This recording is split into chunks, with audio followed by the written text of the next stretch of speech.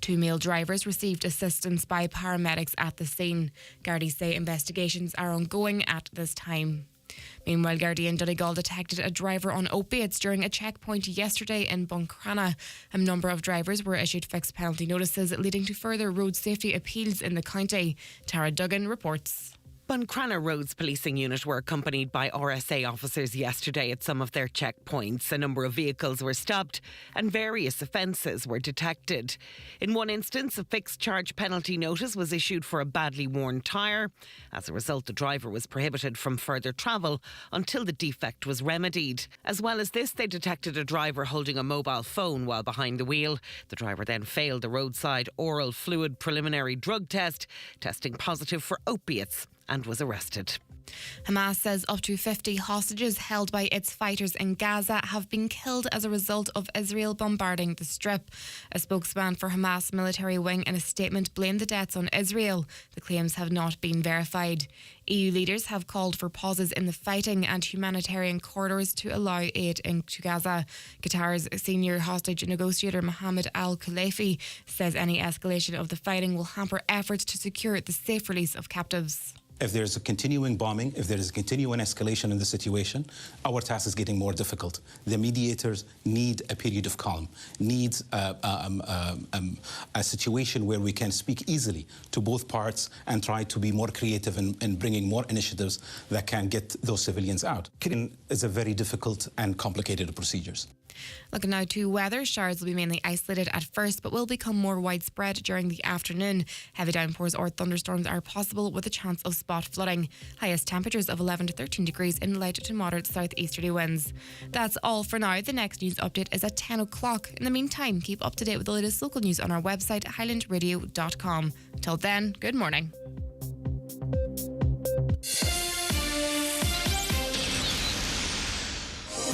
At Centra, shop smart and feel spooky for the long weekend with great offers. Like Centra Halloween Barn Brack 500 gram, half price now $1.65. Haribo Trick or Treat, Star Mix Multi-Pack, Cadbury Freddo and Fudge Family Treat Size, €2 each. Shop smart, feel good. Centra, live every day. The county's #1 talk show, The 9 till Noon Show on Highland Radio. And now, it's time for the talk of the Northwest, The 9 to Noon Show with Greg Hughes on Highland Radio. Hello, good morning to you. It's 4 minutes past 9 on this Friday, the 27th of October, and you're very welcome along to another edition of the 9 till Noon Show. Loads coming up over the next 3 hours, including in the first hour our Friday panel discussing some of the big topics of the day and the week. We want you involved in that conversation as well, of course. It's 086 60 25,000 to WhatsApp or text. If you want to give us a call, it's 07491 25,000, and emails to comments at highlandradio.com. And it's a visual show as well. You can watch on YouTube, on your smart TV or your Fire Stick, or across your mobile devices. And we're on Facebook too, Highland Hub, Highland Radio, News and Sport. Okay, let's see who we have for this spectacular edition of the 9 till Noon Show. Deputy Thomas Pringle, Independent TD. Good morning to you, Thomas. Thank you for your time today. No bother, Greg. How's it going? Good, and it's good to have you with us. Councillor Jerry McMonagle is Sinn Féin Councillor and Chair of the Joint Policing Committee in Donegal. Good morning to you, Jerry. Morning, Greg. And Claire McDonough, Vice President of Letterkenny Chamber and Director of Liaison in Letterkenny. Claire, how are you keeping? I'm great, Greg. All right, good stuff. Great to see you too. EU leaders have called for corridors and pauses as a means to get badly needed humanitarian aid into Gaza. After more than 5 hours of talks at a summit in Brussels, a joint statement urged safe and unhindered access. It follows days of disagreement, with some member states arguing for a longer single pause in the fighting. Israel began bombing Gaza and cut off fuel, food and other supplies after Hamas's attack, in which 1,400 people were killed and 224 taken hostage. Since 7,000 people have now been killed in and around Gaza, most of them women and children. Why is it so hard for the EU to get the word ceasefire out of its mouth? And as the US and other leading countries left themselves in a difficult position by backing Israel so fully early on, and now witnessing as things are unfolding. Thomas, I'll start with you if that's all right. EU simply just couldn't come up with the phrasing of ceasefire and to back these citizens of Gaza and Palestine more generally. Well, yeah, in the circumstance of the EU found itself in the last week or so, where Ursula von der Leyen was cheerleading the Israeli attack on Gaza, and that they're as well as probably the best that we could hope for to come out of the EU in relation to that, and it's simply not good enough. And it called for a pause so that people can get a bit of food into them before the Israelis continue on killing them is just nonsensical, and sadly it shows the ineffectuality of the EU, and the fact that the officialdom of the EU, the totally unelected people, were cheerleading this war and looking to support Israel 100%. Ireland took a good stance, I believe, and Ireland and a number of other countries held back and countered the measures that the EU was going to do. And I think, sadly, the statement is probably as strong as we could have gotten from the EU and on this situation. We need a lot more, and we need to keep pushing. And I think by the people of Europe pushing, because all across Europe, hundreds and thousands of people, millions of people have been coming out and protesting, and they will push the political leaders into actually being stronger in relation to this. Councillor McMonagle, the one thing I've noticed, and I was listening to a bit of RT this morning and BBC yesterday evening and so on and so forth, is the language that you hear from Israel or Israeli supporters. And I don't know enough to insert myself into the ins and outs. And this is an ongoing thing, and this is in no way justifying the acts of Hamas earlier this month. But the people, it seems almost acceptable that the people of Palestine can be reduced to nothing, really, that they are irrelevant. And that they're almost subhuman. That is the casual language that's used. And then it's just thrown out, and I heard on RTE this morning, as if that Hamas are using them as human shields, as if in some way they're complicit in it, as if they're in their thousands surrounding Hamas positions because they back Hamas. Really, when it's not, I don't think, fully phrased or reiterated, that they're stuck there, they've nowhere to go, and maybe Hamas is in places where they're living. But it's just the language gives the impression that the Palestinian people are fully complicit in this. I'm sure that's not the case, but it's just funny when you listen to the actual words that are coming out of people's mouths. Yeah. Look, it's a terrible situation over there. And the way it's being reported, as you said, it's nothing short of disgraceful. It is subhumanizing the Palestinian people. And a lot of the media outlets are willing allies of that, and they're not questioning it. I listen to RTE radio and television, and they don't challenge the language being used by Israeli supporters and indeed Israeli army generals and politicians. No one looks at the context of the area and the reason why there is a conflict. And everybody feels for all lives that was lost. But I don't know how anybody can equate 300 and 400 bombs a night going into a heavily built up area with men, women and children, along with an attack by Hamas, which we all condemned for attacking civilians. It's not right. And it's certainly something that I wouldn't support. But what's happening in Gaza, and for anybody now, I mean, and I have to applaud the UN Secretary General for coming out and calling it out for what it is. And then we only seen the attacks that he was subjected to. But in Gaza, as we speak, there's as many children killed in this last 2 weeks as what attend schools here in Letterkenny. I mean, over 3,000 children. I mean, people need to try and get that into their head. And people's talking about a pause for to get humanitarian aid in, 10, 20 trucks, and it's nearly applauded. 10 or 20 trucks would hardly fill out Simpson's supermarket shelves. A lady on the radio this morning, an Israeli supporter, says, we'll give them one truck per hostage. You know, again, the language groups in Hamas with the entire population of Palestine in that regard. Or in Gaza in that regard. She's and completely unchallenged. What we should do is one lorry per hostage. So effectively, but Greg, tell me this: what have they done to get the hostages released? Where's the dialogue? And this is what's missing in Palestine. There's been no dialogue. It's not that this war started on the 7th of October this year. This war's been going on for 50, 60 years. Israel have been attacking Palestinians, stealing their land, and they've created an apartheid state. And we've seen what happened in South Africa. And that's what the international community needs to do. It needs to stand up, it needs to speak to Israel, it needs to sit down, and it needs to, never mind the pauses, it needs to get a ceasefire in place. But more importantly, it needs to get dialogue, it needs to find a pathway out of this ongoing conflict in that area, and it needs to ensure that the killings of Palestinians wholesale by Israelis without any recourse has to stop immediately. And then we sit down and talk and we get a peaceful way out of it. Claire, again, I genuinely don't know enough to... I hope I'm not coming across as anti-Israel or pro this. I don't know enough to insert myself in that side of it. I can only go by what's happening.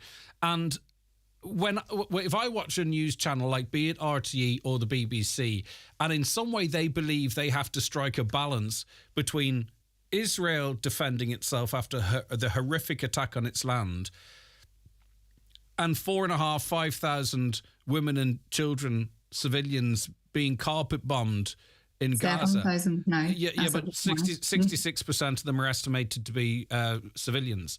But sort of having to be balanced. I don't. When did it come that 7,000 deaths is balanced out against a country's right to defend itself? It really is otherworldly to me. I watch on and I go, is this for real? Yeah, I think you're right, and I think you've hit the nail on the head about the media, to be honest, because what I get and what I'm hearing is this great sense of resignation. This is just how it is. And I think you're right as well about, the language that we hear. A lot of people are entirely influenced by whichever media strain that they look at, whether it be tabloids or the BBC or the Sky or whatever it is. But I think you're right. What I've noticed in the language is that there's a lot of reference to Palestinians who've died, but Israelis who've been killed. And I mean, that in itself, that's a judgment. If you're a journalist quoting that, you're making a judgment about the value of a Palestinian life as opposed to the value of an Israeli life. And at the end of the day, and surely the UN, the EU, any right-thinking person, a life is a life. Doesn't matter what side, it doesn't matter how you've come to the conflict. In this crisis point that we're in at the moment, surely ceasefire is the most important thing. And as Jerry said, I don't hear anybody talking about dialogue. Surely that's the role of the EU as well, as to, in the first instance, ceasefire should be there. That should be categorical. And then after that, they should be there as a broker. Is it possible, because of Biden and Ursula jumping in as they did with absolute, no holds barred support, that politically it's difficult for them to roll back a little bit now at this point as they see as things are emerging? Could it be that? Quite possibly, but I mean, that's still not good enough. Their private, not their private, but their home politics cannot. We're not at the point. I don't really care about America. Do you know what I mean? I don't care. I know it's difficult for Biden if he comes out too far, in his criticism of Israel. He'll lose to Trump. We all know that. That's his hands are tied. But I'm not really concerned about Trump's election or who gets in America right now. Right now, the crisis point is there are children being killed, innocent children. And what I don't hear.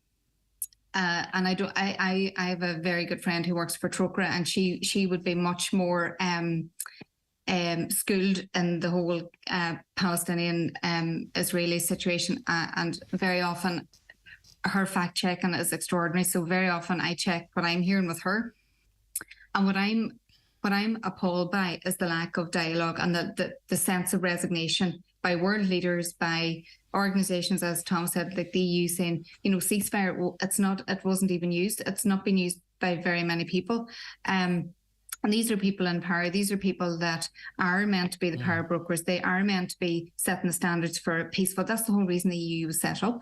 Yeah. Do you know? So I'm really struggling with some of the media reports, and I actually watched some American media reports last night, and I mean, it was extraordinary. They're telling their truth, and let me tell you, their truth is very far from actual facts. I haven't heard anybody say that.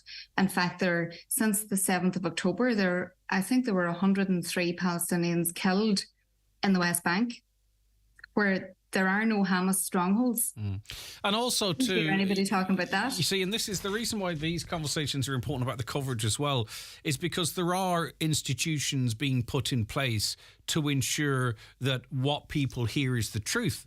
But who is controlling what that truth is? And I just think people need to be really careful in that. Finally, Thomas, to you, like, if these weren't brown people, and I'm putting it down in those basic terms, and if they weren't Muslim, and I mean that with no offence, and anyone listening hopefully will understand the motivation for the question, or people of colour, but it's not almost like that, because people who have their views wouldn't use that type of language. If it was white Christian children anywhere in the world being wiped out like this, it wouldn't be accepted, Thomas. Or would it? Could it now in this day and age be politically argued that it's okay in Russia, or it's okay, or is it because of the race of these people and predominantly their religion that the world is able to stand back and watch thousands of children being blown to pieces? Well, and doesn't Greg, you could possibly put it down as simple as that, but I don't think that actually is the case. It's interesting that the Israelis actually created Hamas and made Hamas into the political force that it is now in the West Bank, because they took the view that they would rather see an Islamic fundamentalist organisation rather than the PLO, because they viewed the PLO as being communist. And so they created, and well, they didn't create Hamas, but they supported Hamas, they financed them and stuff like that, and made them into a political opposition that would actually defeat the PLO, and that was the concern about it. And I think that any population that stands up for itself and against an aggressor will be targeted in the same way, regardless of whether they were Muslim or Christian or anything like that there at all. And the reality is that Israel has been supported as part by America and stuff like that there as a bulwark in the Middle East and as a way of a proxy in the Middle East to carry out attacks that the Americans couldn't do themselves. And that has been the reality. So Israel is very, very well integrated into the European Union already. In fact, I believe that Israel is probably a member of the European Union in everything but name. And this is what we see. This is why we see the total support. But just finally on that, do you think the EU is now being caught out with the language and rhetoric and actions of Israel, that they're going, hold on a second, we thought you were, in all but name, you were part of this organisation. This is getting very tricky for us now to give the level of endorsement to defend yourself as we had originally? Yeah, I think the EU has been exposed for what they're doing and for the double standards, and supporting Israel at every step along the way, and that now they've been exposed in relation to it. And I think that's if you could pick anything to come out of this situation that could be positive, that's the only positive that I can find, is that the EU has been exposed for what it has been doing. And if you look at the way the Israelis are treating the Palestinians, talking about equating them to rats and to being less subhuman and stuff like that there as well, that's preparing for genocide, and that's justifying genocide. And that what that does to the ordinary Israeli, who all they hear is that news, is it makes the killing of Palestinians acceptable to them, because basically you're only killing rats. If a rat came into your house, you would kill the rat, and that language is very, very dangerous. Well, we also know how that we've got historical references as to what happens when that language becomes sort of established and accepted. Okay, thank you for that. That's the voice of Independent Deputy Thomas Pringle. We're also in the company this morning of Claire McDonough, the Vice President of Letterkenny Chamber and Director of La Maison in Letterkenny, and Councillor Jay McMonigal, Sinn Féin Councillor and Chair of the Joint Policing Committee in Donegal. More from them in a moment. Make your Christmas party unforgettable at Sister Sarah's this December. Book now for the best Christmas party in town. See Facebook for menu and dates. Sister Sarah's are proud sponsors of today's show. Leadership is about driving change. That's why we're pleased to introduce the first ever all-electric BMW i5. Seamlessly blending unmistakable BMW driving dynamics with instant electric performance and impressive range. while innovative technology connects to elevate every journey. Discover the joy of moving forward. Reserve your test drive at bmw.ie. Test drive subject to status and availability. Could the department put a GPS tracker on your slurry spreader? For more in your Farmer's Journal, here's Paul Mooney. We reveal why officials are considering tracking farmers' movements. Major farm payments for over 100,000 farmers. We have the latest on falling ration prices and a new feed database. Why almost 1,500 beef farmers were removed from SCEP. All you need to know about new quad safety rules. And the most tax-efficient way to transfer your farm. All inside this week's Irish Farmer's Journal, on sale now. Thanks. Oh, thanks a lot. Robert Mazel's Nashville Songbook is coming to Angrinan Theatre on November 8th. Let Robert take you on a musical and visual journey spanning 50 years of country music history. Tickets available from Venue Box Office or on greenon.com. Thanks a lot. Hello, I'm David Foley, medical herbalist. Are you suffering with a cold, flu or sinusitis? Then ask for Irish Botanica echinacea. A traditional herbal remedy, Irish Botanica echinacea is your natural solution to relieve the symptoms of the common cold, flu and sinusitis. Call into Natural Way, Letterkenny Shopping Centre for more information. Test drive the Suzuki Vitara at Barry Brown Cars Milford at their test drive weekend on Saturday 4th and Sunday 5th of November and avail of the 0% finance offer. That's right. Secure your 241 Suzuki Vitara at 0% interest on November 4th and 5th at Barry Brown Cars Milford, your main Suzuki dealer in Donegal. Finance subject to status, terms and conditions apply. Highland Radio time checks with Expressway. Travel Route 32 from Letterkenny to Dublin when you book online and travel for less. Expressway, bringing you the time at... The time's at 9:23. Just this morning, Leo Varadkar has been commenting on the wording of EU member states as it relates to the situation in the Middle East. He says he's satisfied with the language in the statement given the varying perspectives of the EU 27. A quote here, what you see over the last couple of weeks is an evolving European position. 2 weeks ago, it would have appeared Europe supported Israel without equivocation, which is along the lines to some extent of what we've been talking about so far. Strict new rules mean that Ukrainian refugees who want to go home for Christmas or travel back for any reason, or even move around this country, face losing their state-provided accommodation. The new rules mean that Ukrainians can now leave their accommodation from 7 days before to 0 now. On Tuesday, Minister for Integration, Roderick O'Gorman, ran into opposition from his cabinet colleagues over plans drawn up which would limit state-provided accommodation for those newly arriving from Ukraine to just 90 days. Mr O'Gorman is said to have told cabinet colleagues who asked whether Ireland would be the first to change its system that it would in fact be among the last to institute reforms of this type. Councillor Jerry McMonagle, do you agree with any of these measures or the proposals? Well, I think we have to look at the government's response and what they've done in relation to bringing in Ukrainian refugees. And I mean, no problem with that at all. People in a war situation, it's only right that we help and support them. But the situation and the infrastructure that they put in place was totally inadequate. They have, you know, we already had a massive housing crisis. We had a crisis in our health, and particularly of GPs. And to bring, like here in Donegal, we have somewhere 7,000 Ukrainian refugees. And this is on top of the major crisis that we have in the county with housing, with health, and but the general population have difficulty in accessing services. None of this was taken into account. There was no public consultations and no talk with local NGOs or indeed local health providers as to what the capacity was and how many people we could take. So now he's firefighting again. They've got it wrong initially, and now they're trying to address something, and I think they're being ham-fisted about it. I don't see how that would work.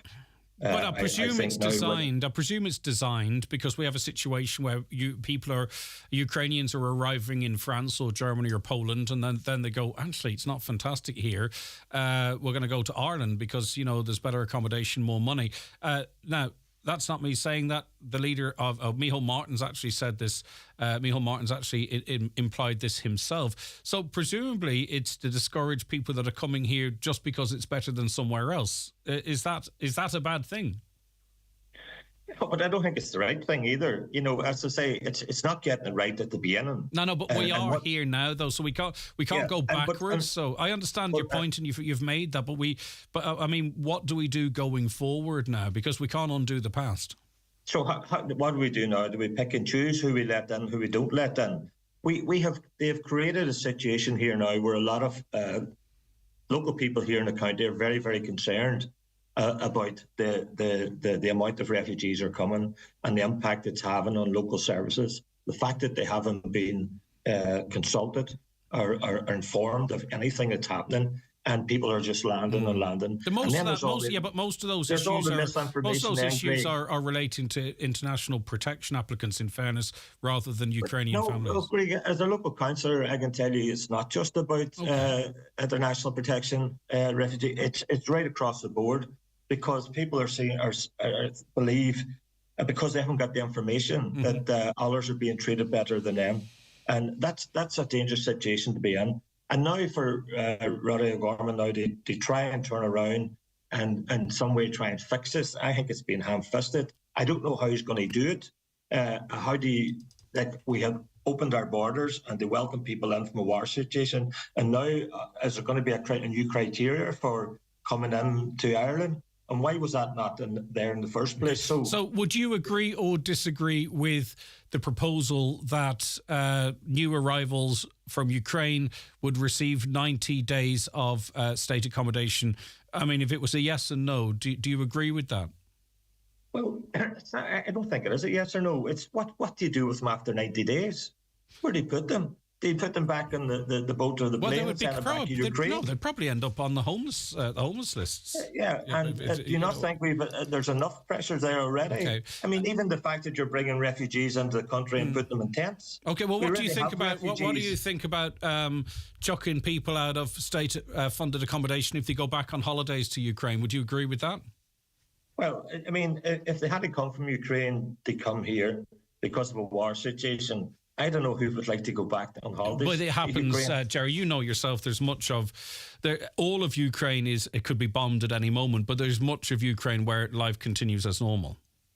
Yeah, so look, if someone wants to go back and visit their loved ones and it's safe to do so and come back, then, I mean, it's not a prison here. It's an open country, and we've welcomed the people with open arms. So, you know, I don't have a problem per se with that. Claire McDonough, what do you... Sorry, Jerry, I hope you don't think I'm cutting you across. I just want to... I'm not cutting across you. It's just to get everybody in.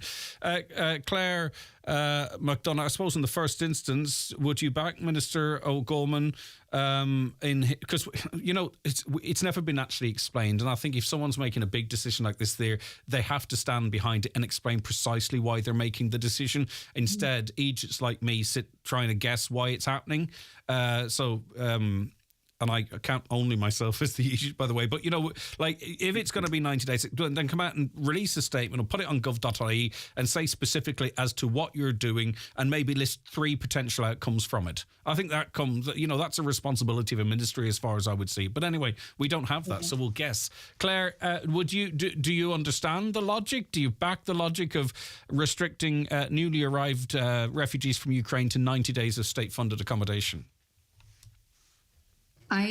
Well, here's the thing, right? I think the problem is there's no plan, right? So I think what's happened in the vacuum of having a plan now, we've brought everybody in without any proper plan. We've actually surpassed capacity. Capacity was a few, you know, cities back.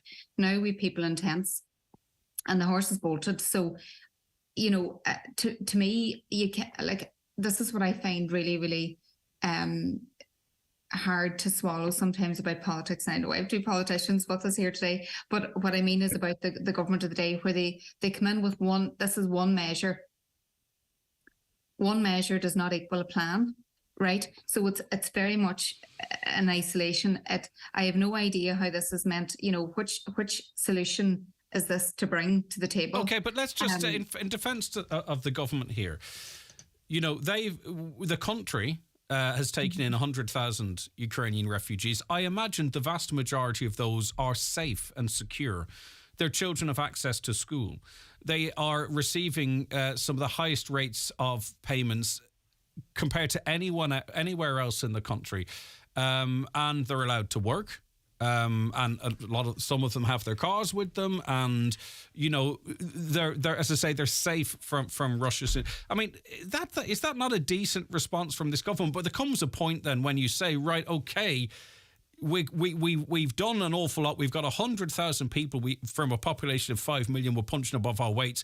We're going to have to start introducing some measures now that gives also consideration to the rest of the population. No issue with that, and that's why I'm saying there should be a plan. There's a plan when somebody arrives in crisis, and then during a period of time, because this situation is not going away, and as you say, particularly if the Ukrainian population of members can work and have found jobs, and I know Ukrainian refugees who have found work and they are in private rental accommodation, they have a car and they want to get on with their lives, I think that's brilliant. And I know from a chamber point of view, we've been discussing this because we have members who cannot find staff, and we have a Ukrainian population, some of whom are extremely skilled, more skilled than me, and we're trying to work alongside DLDC to try and be the conduit that we can match people up.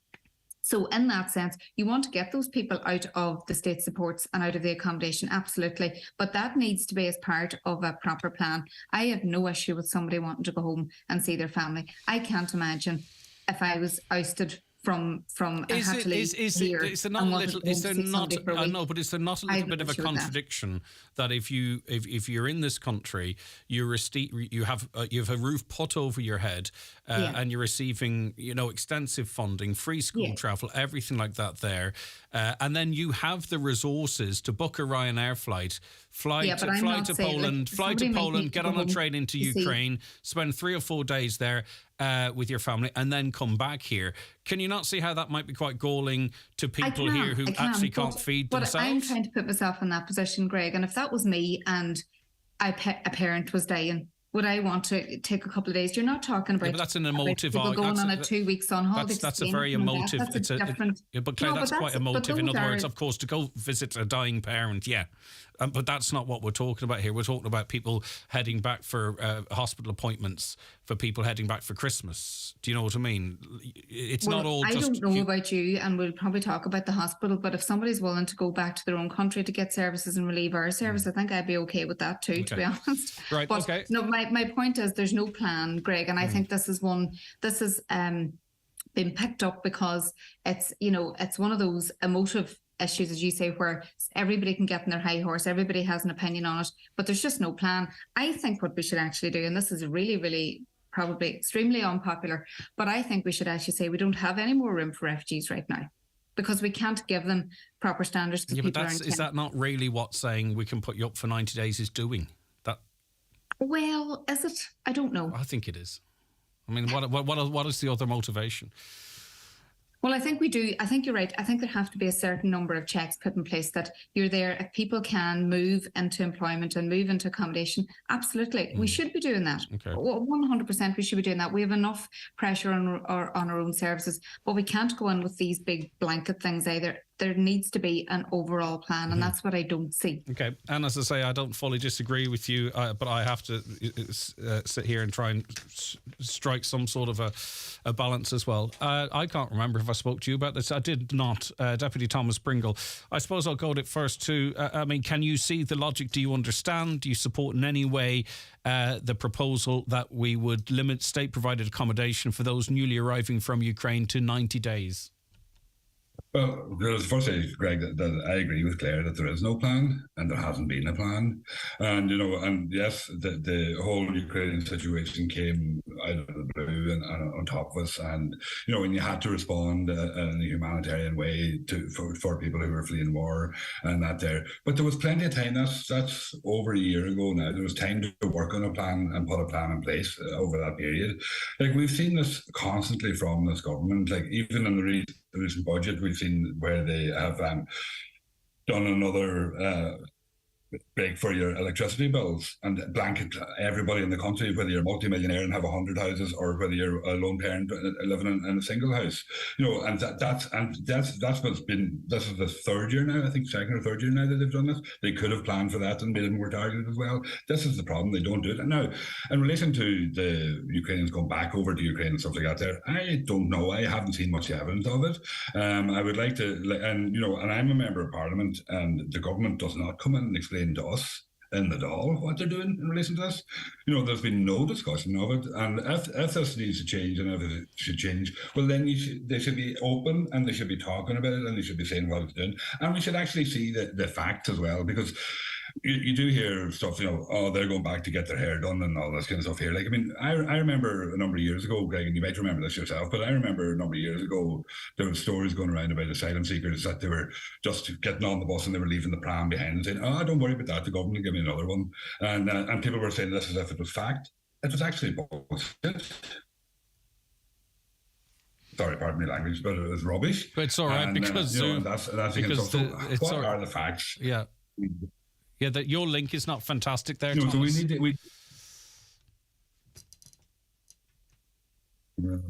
Go on. Okay, no, or it just dropped out a little bit. I think just as you were to drop the BS bomb, it dropped out there. But do you want to just finish your point? Do you want to finish your point just before the break then, or maybe you feel? But the point is, we aren't getting the information, and if the government has information, the government should be coming in and providing reports in the Dáil and Gov.ie and stuff like that there, but we're not getting that, and that's the shocking thing about this.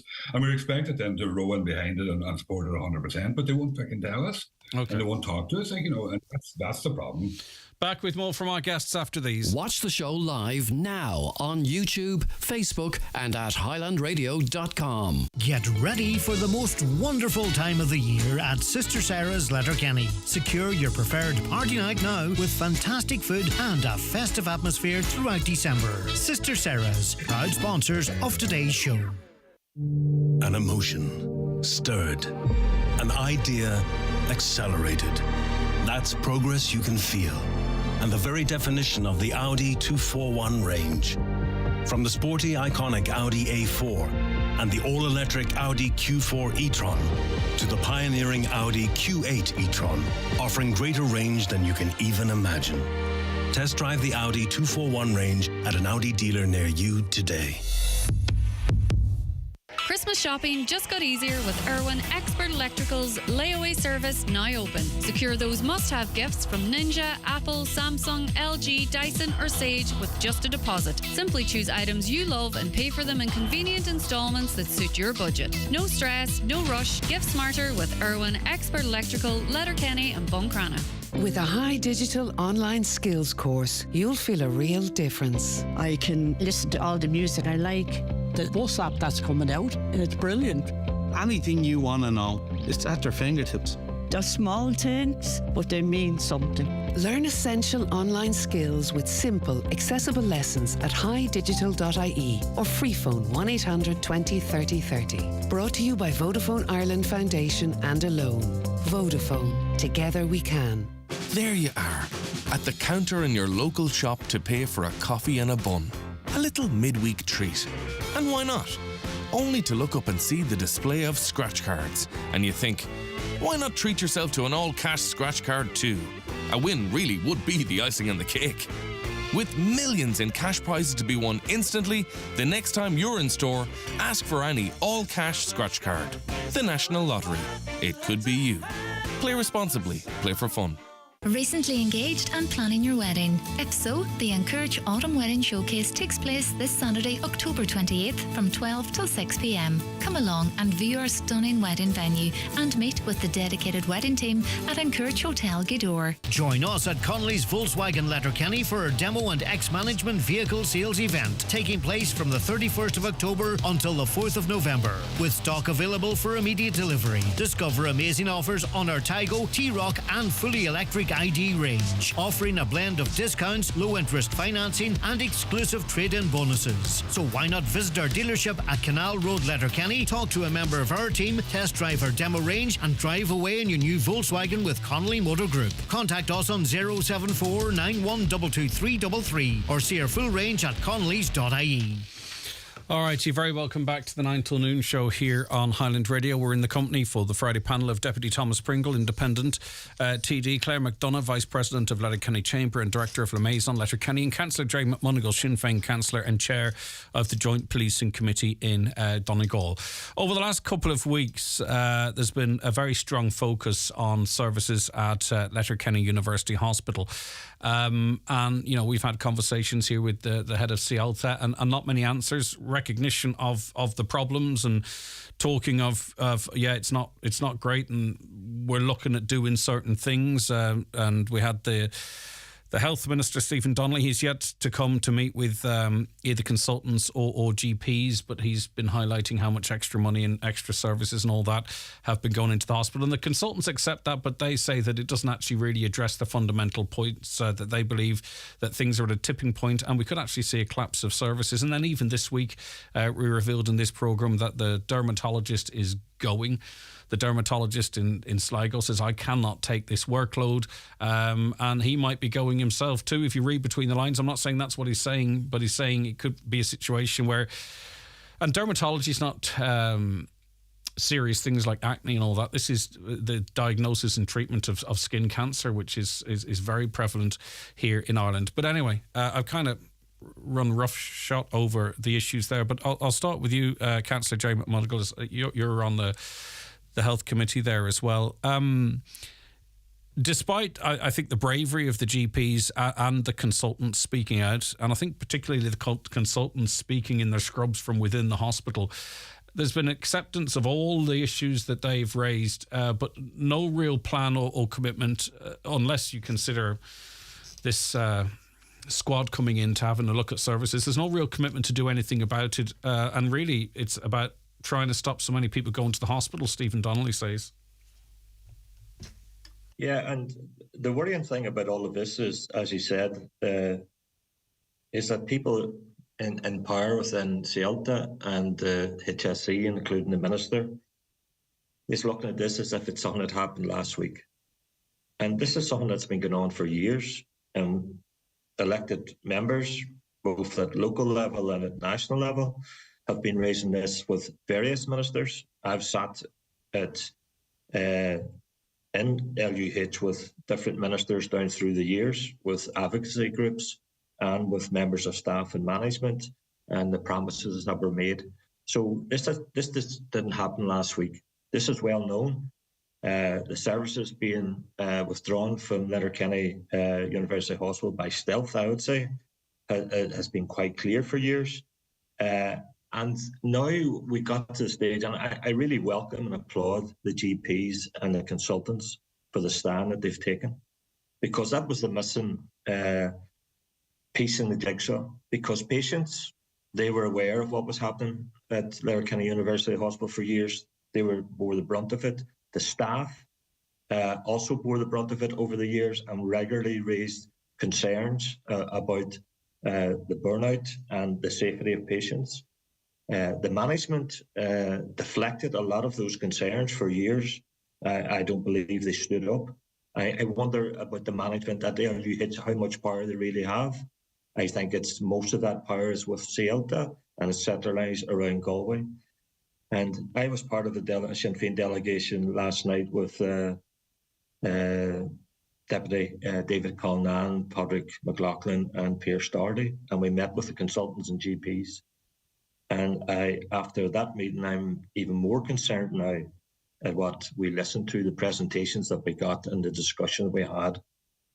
I believe that Letterkenny is 1 or 2 doctors away from losing really specialist services. And I think it's a long time past that the Minister got up to the hospital, spoke directly to the staff there, the consultants, the GPs, and then set about looking at ways and means of how do we build up trust again of the patients, the staff, but that we get the services that we need up here, because there's no doubt about it, Greg. We're seen as being something that's been far away. Let's just look at this most recent example. We had Dr. Padmore, who is a consultant that visits Letterkenny University Hospital, that is providing really very valuable services to people. My understanding is that she was due to retire and deferred that retirement to some extent.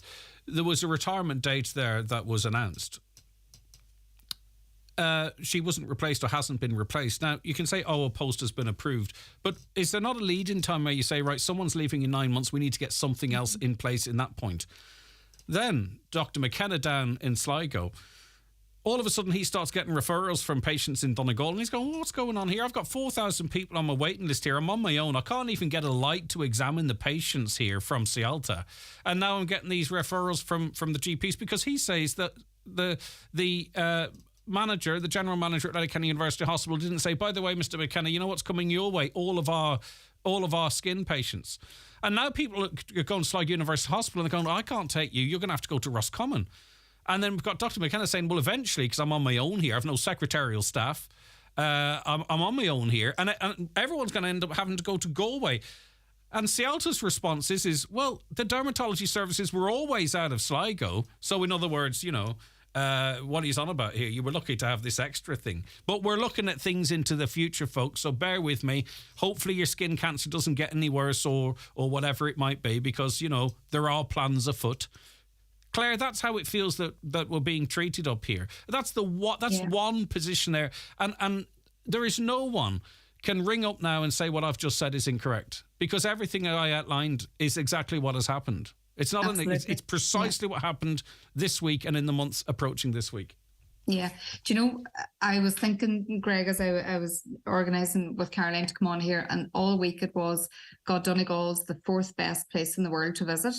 And I thought, as long as you don't get sick, or as long as you don't need a train, despite our hands being tied behind our back, we're the only county, the only location in the whole of the country that has been designated such a fantastic place to visit by an international travel journal.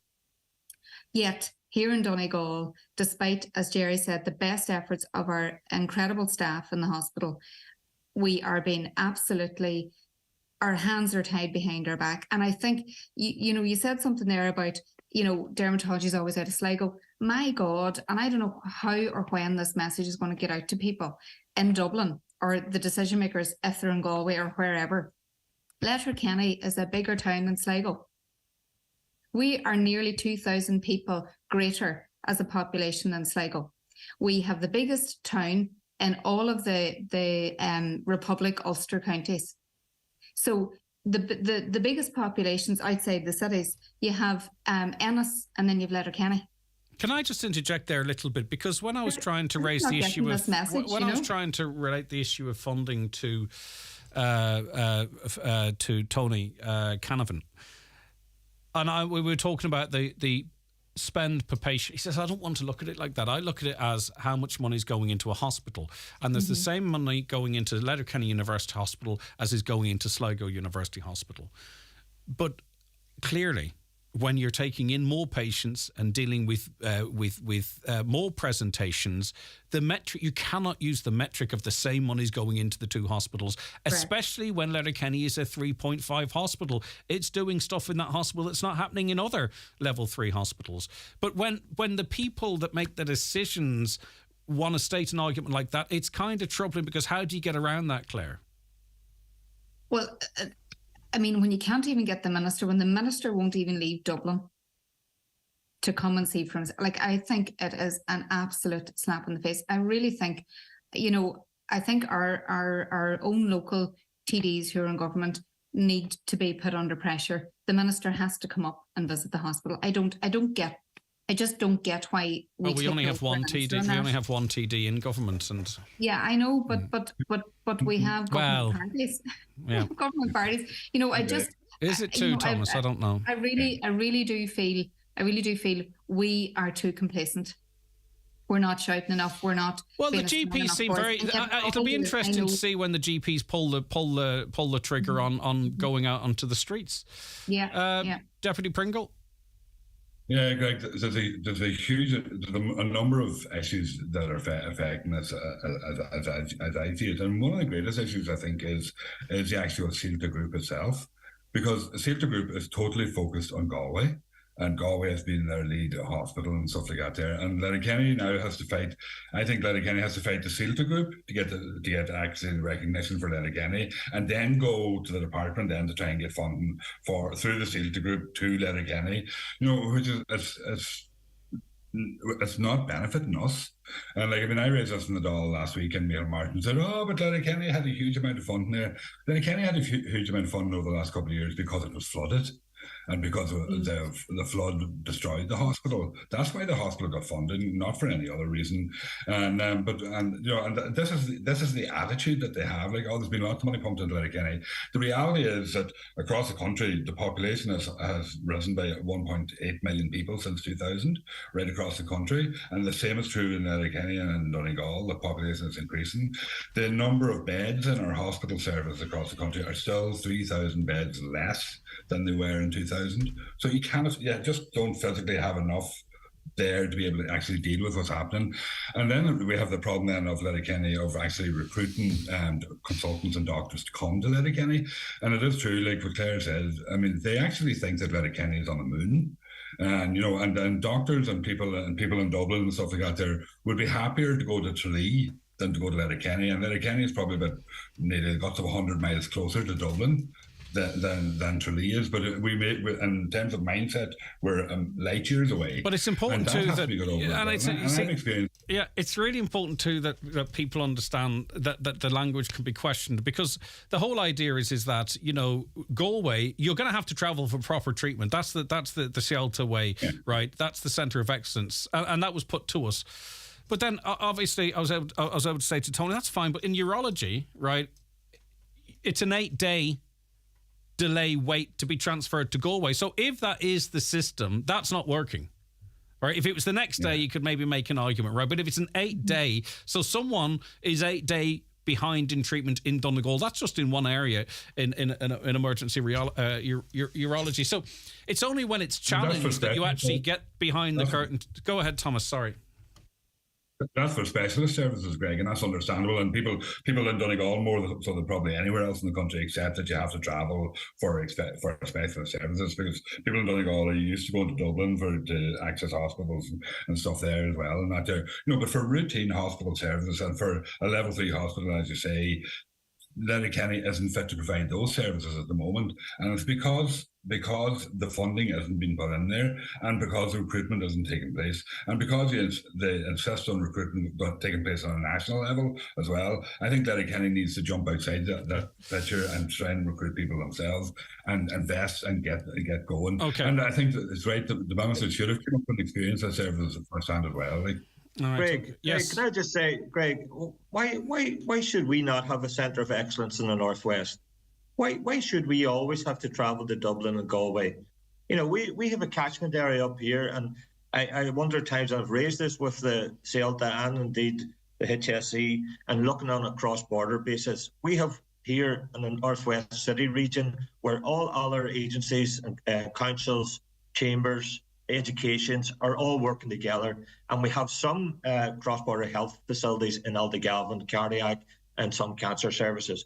But why can we not have a centre of excellence here based in Letterkenny, which then could complement what there is in Aldegalvin and help that Northwest City region? I think there was an argument made. A population of 350,000 people. Yeah.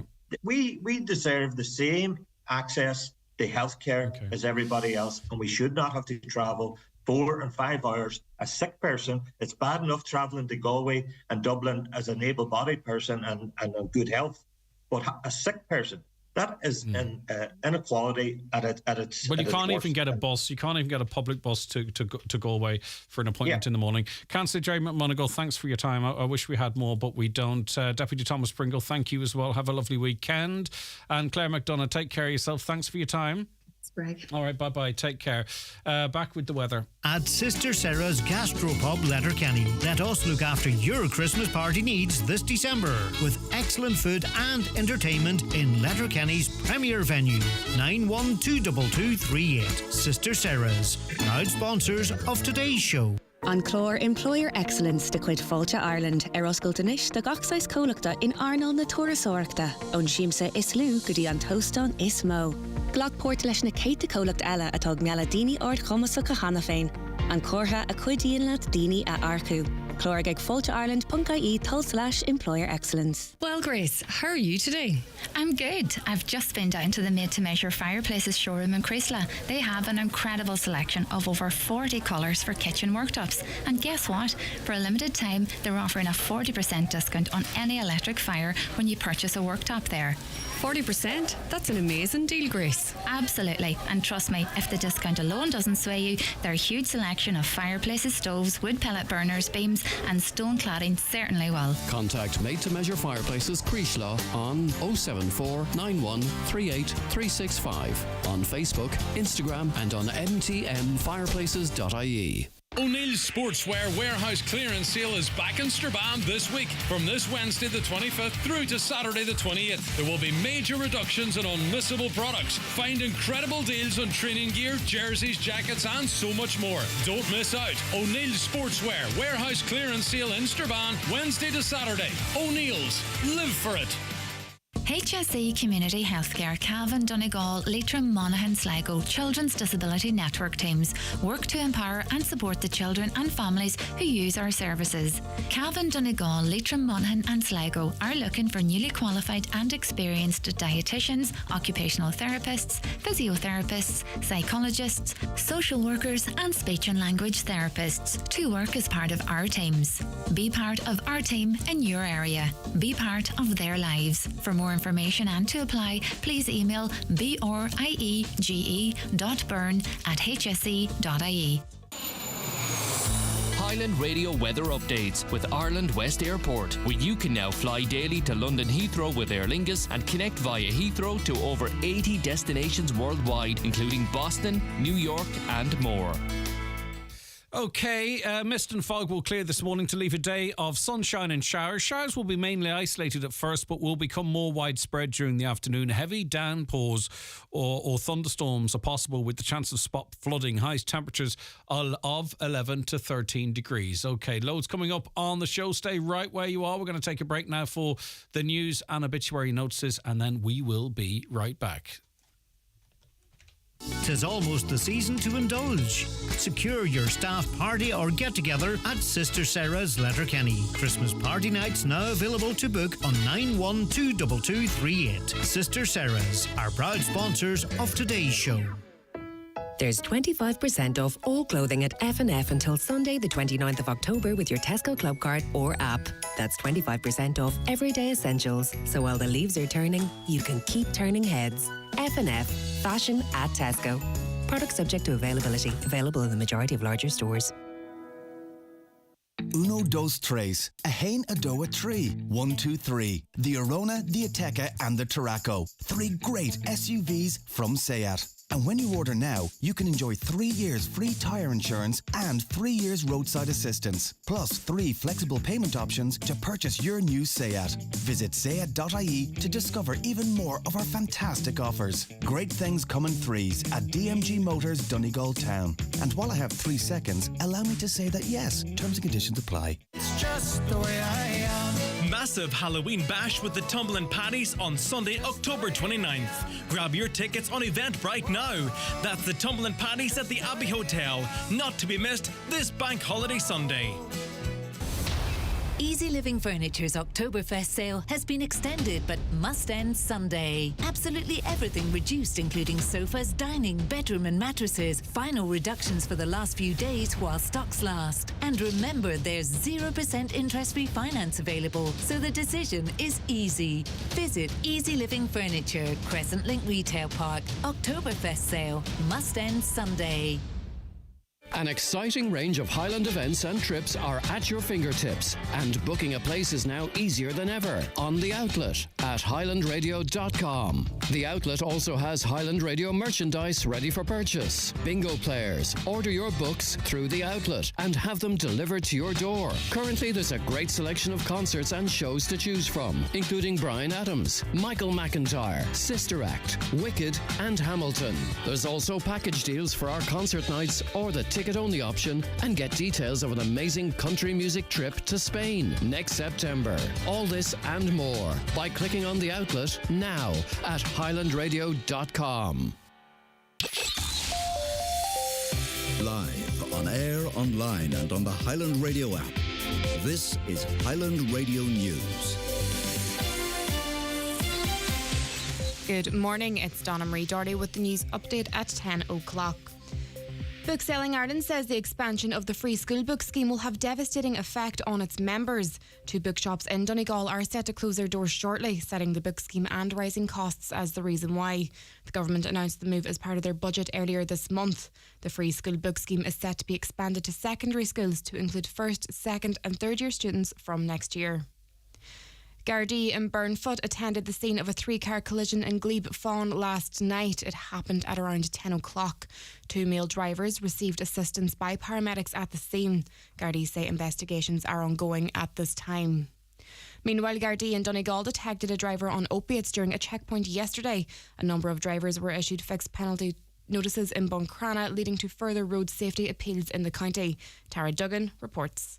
Buncrana Roads Policing Unit were accompanied by RSA officers yesterday at some of their checkpoints. A number of vehicles were stopped and various offences were detected. In one instance, a fixed charge penalty notice was issued for a badly worn tyre. As a result, the driver was prohibited from further travel until the defect was remedied. As well as this, they detected a driver holding a mobile phone while behind the wheel. The driver then failed the roadside oral fluid preliminary drug test, testing positive for opiates, and was arrested. New research from the Royal College of Surgeons in Ireland has highlighted continued shortcomings in fracture prevention services across Ireland and the urgent need to fund and resource the implementation of a natural Fracture Liaison Service. It's contained in the second annual report from the Irish Fracture Liaison Service database. When looking at the FLS in Letterkenny University Hospital, it said challenges faced include securing additional staff in the radiology department to tackle DEXA waiting list and follow up patients who have started osteoporosis treatments. However, it is noticed in the report that a staff member would like to develop this area within the department. Hamas says up to 50 hostages held by its fighters in Gaza have been killed as a result of Israel bombing the Strip. A spokesman from Hamas military wing in a statement blamed the deaths on Israel. The claims have not been verified. EU leaders have called for a pause in the fighting and humanitarian corridors to allow aid into Gaza. Qatar's senior hostage negotiator Hamad al-Khulaifi says any escalation in the fighting will hamper efforts to secure the safe release of captives. If there's a continuing bombing, if there is a continuing escalation in the situation, our task is getting more difficult. The mediators need a period of calm, needs a situation where we can speak easily to both parts and try to be more creative in bringing more initiatives that can get those civilians out. Killing is a very difficult and complicated procedures. Young people who've never smoked are taking up vaping. A new joint study of young people in the Northwest have found over 1/3 are currently using a vape. The research of 910 to 24-year-olds was carried out by the Northwest Regional Task Force, Mayo, Sligo and Leitrim ETB and Foróige Sligo. Dr Garrett McGovern, a GP specialising in addiction medicine, says the figures are alarming. 1 in 3 is an awful lot. The age of use is very, very young, and it does raise another question: how are 13 to 16-year-olds getting hold of electronic cigarettes? You may be aware, but in this country, as it stands, we don't have an age restriction. Now, are young people that age going in to outlets and buying electronic cigarettes, or are older people buying them and giving them to them? I don't know the answer to that, but we need an age restriction sort of ASAP.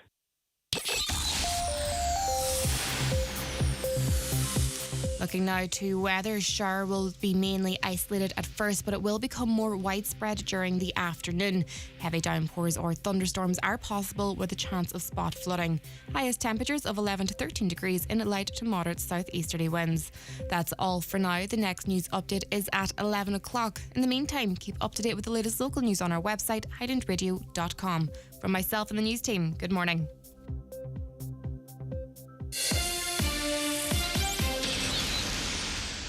The obituary notices this Friday morning, October 27th.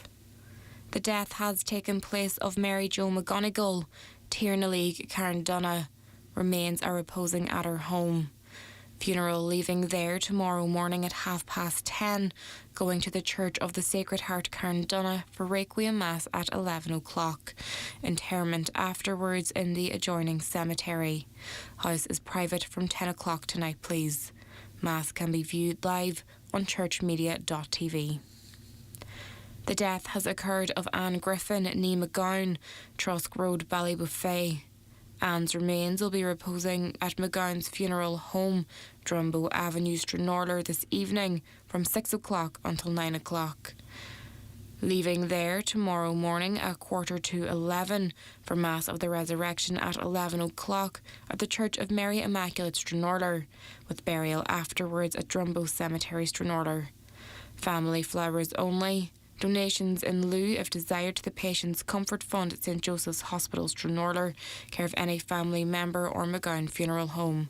The Requiem Mass will be streamed live via the parish webcam. For family information and more details regarding wakes and funerals, please go to highlandradio.com.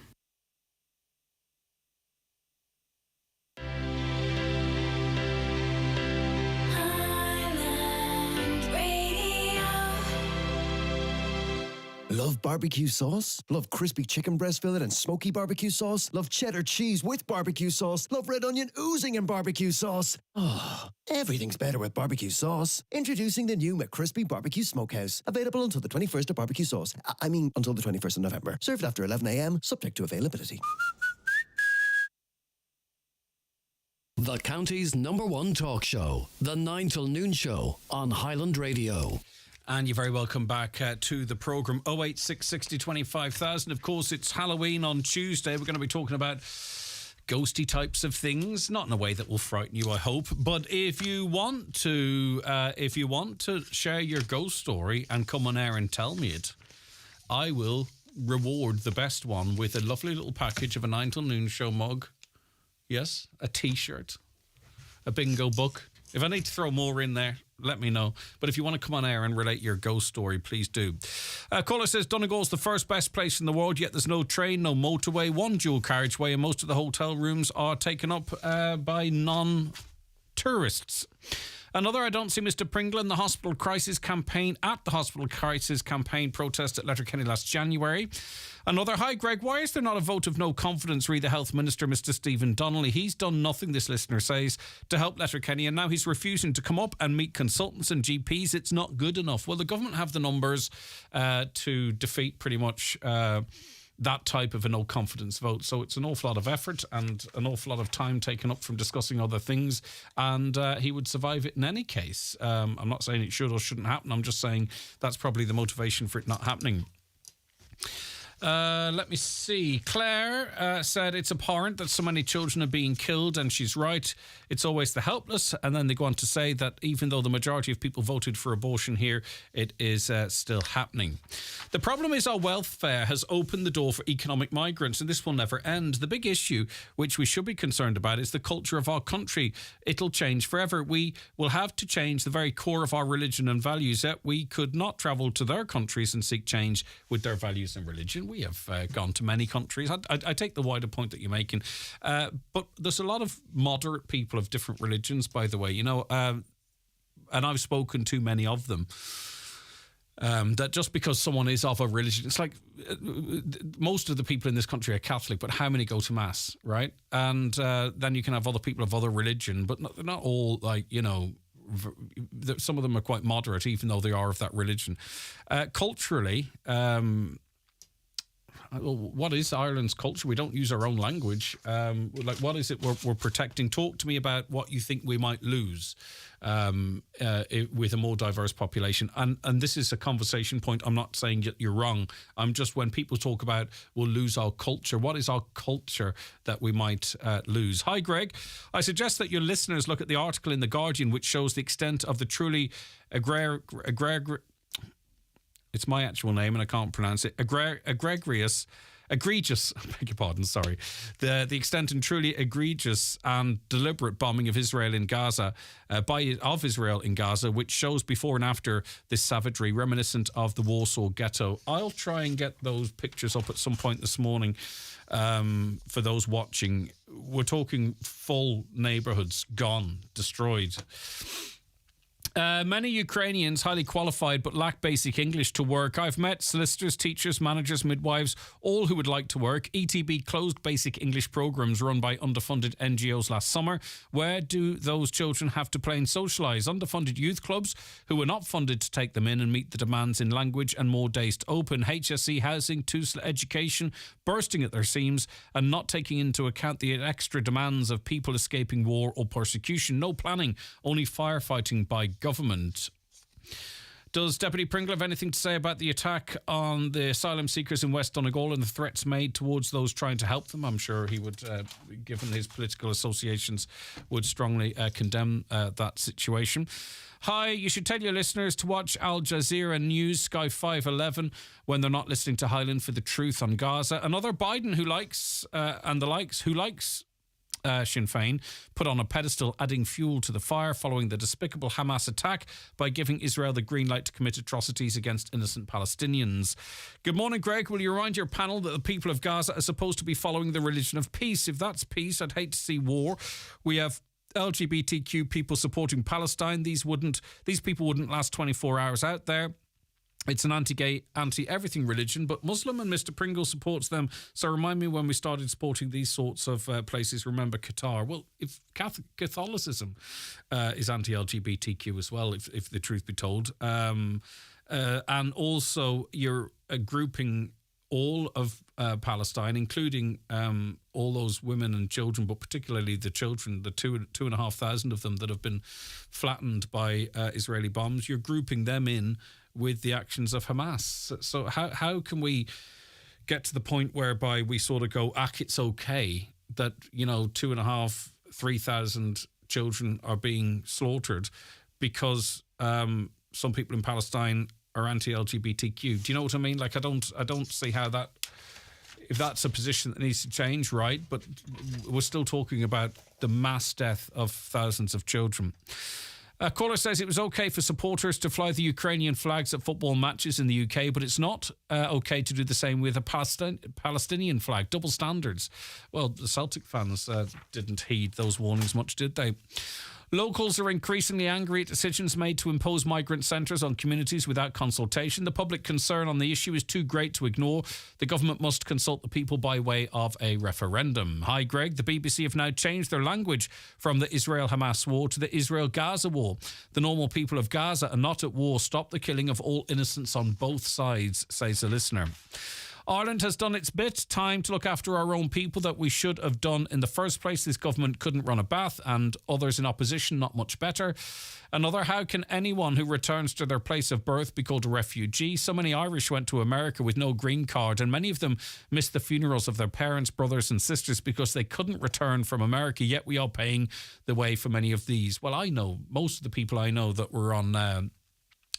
that stayed in America legally, they did travel back through Canada and by other means. I'm sure you're familiar with them as well. I mean, obviously not the majority of them, but many of them did travel back through Canada and in through Dublin. And I remember chatting to them and them saying, I hope I can get back in. And they mostly did. So we have travelled back and forth, even when illegal in America. We keep referring to Ukraine. Let's be very clear. This is not about Ukraine. It's about the other countries jumping on the bandwagon. And they mentioned a few African countries there as well. There's two different groups of people and they're treated differently. If you're a Ukrainian refugee, you're given more money, more entitlements, you can work. If you are coming in from some of the other countries' international protection, you get €38 a week. Greg, people don't want busloads of foreign men in their community in the middle of the night, but nobody's listening. Literally, busloads of foreign men came into Buncrana. People weren't happy and they left. So I'm not sure people aren't listening, but I take your point. And you also heard Councillor Jerry McMonigal saying that there needs to be consultation, that this isn't working. So people are listening. Ireland is full, says a caller. Time to start closing the doors or at least restrict entrance. Our population now compared to pre-famine, much fewer, particularly here in Donegal, but I presume you mean in terms of services and housing and what have you. Right, and that's it. There's still loads more, and I will get to them as the morning cracks on. I do appreciate it. It's been one of those weeks incredibly busy on the programme, and we really appreciate the support. And I hope you enjoy the show and the fact that we talk about everything and give everyone respectfully a right to have their views aired and exercised. Okay, back shortly. It's time for NCBI Bingo on Highland Radio. It's Friday the 27th of October. You're playing on the yellow sheet. The reference number is S15. It's game number 43. The numbers are 5, 46, 63, 37, 65, 28, 71, 90, 85, and finally 62. Phone your claim to 9104833 before 8 tonight, leaving your name, contact number and the name of the shop where you purchased your book, and we'll call you back the next working day. Get all your NCBI bingo information at highlandradio.com. The Mo is calling. For years, people around the world have been united by the power of the moustache. This Movember, unite to take on mental health, suicide, prostate and testicular cancers. Come together, grow together, raise funds, save lives. Change the face of men's health. Sign up at Movember.com. Hickey Clark and Langan Insurance Brokers in Letterkenny are recruiting for an insurance advisor to join the team. Candidates can have a leaving certificate or relevant third-level qualification, or be qualified to approved product advisor or certified insurance practitioner standard. Apply with an up-to-date CV for immediate consideration by emailing siobhan@hcl.ie. Hickey Clark and Langan General Insurance Brokers, trading as Hickey Clark and Langan, are regulated by the Central Bank of Ireland.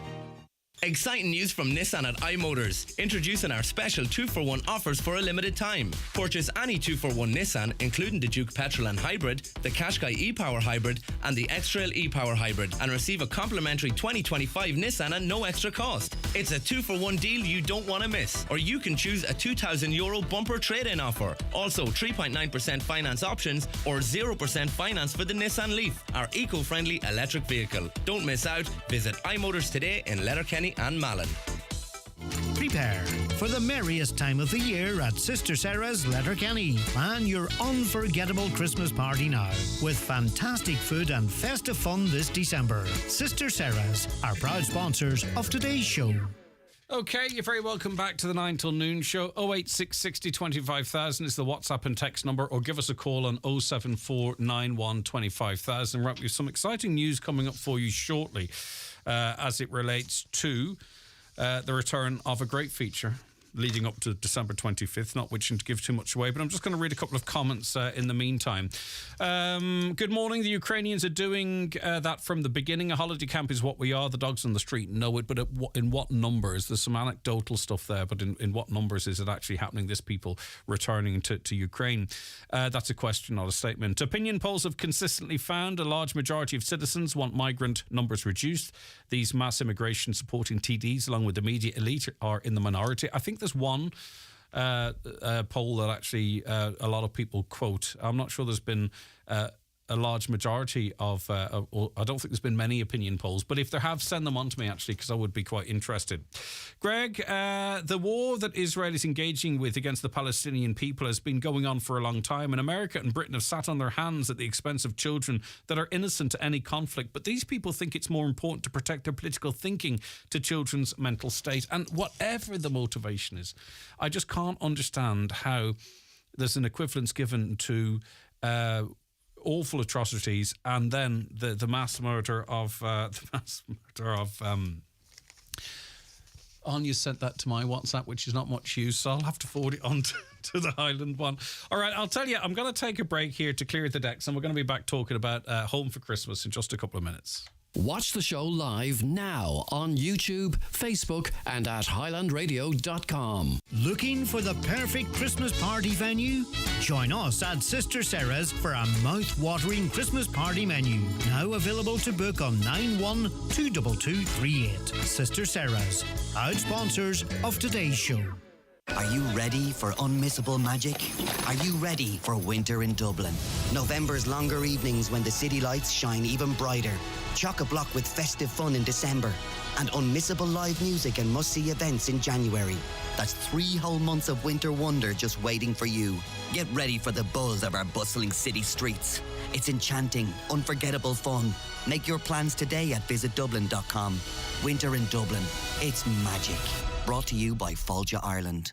Brian McCormick, Sports and Leisure, your football specialist. Adidas football boots in many ranges like Crazy Fast, Copa Pure and Predator Accuracy. Puma King Ultimate, King Top, King Future Match for kids and adults. Available in a mixture of soft and firm ground. Adidas socks and shorts, gum shields that can be remolded to improve fit. Match up your boots with Adidas or O'Neill's set of socks and shorts. Brian McCormick Sports, your football specialist. Click on bmcsports.ie or call in Main Street, Letterkenny. It's the bank holiday at Super Value with great special offers on all the big brands you love, like Coca-Cola 20-pack cans only €10, exclusive to Real Rewards members only. Villa Maria Sauvignon Blanc 6-pack case deal only €50, and money off vouchers every week on the app too. So pop in for great savings in store or online this bank holiday at Super Value. Enjoy alcohol responsibly. The Letterkenny Halloween Fest is on Tuesday the 31st with spectacular fun for all the family.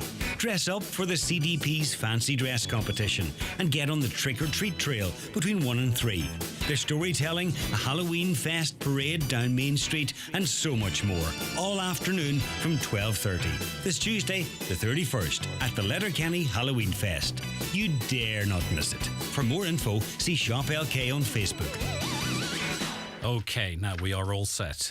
We welcome our head of sales, Sean Quinn, into studio. Hi, Sean. Good morning, Greg. Right, now, Home for Christmas last year, and we're going to have a reminder of it very shortly here on the show. Home for Christmas last year was a huge success, and it's back, and it's bigger and better, quite literally. That's not just a tag. It's bigger and better than ever. Yeah, it is, Greg. It is. And you know, it's great to be here today to launch it because it was such a special thing to do last year. It's one thing that we didn't realise how much work was involved in it, but every little bit of work was worth it so much on that day when we brought the family down the stairs and the mum was sitting in studio. They thought they were in to actually win a lovely hamper, which they also got. But it made the whole week of Christmas. All right, let's remind ourselves of last year, and then what we'll do is we'll come back and just reflect on it a little bit more. Here's a short package of Home for Christmas 2022.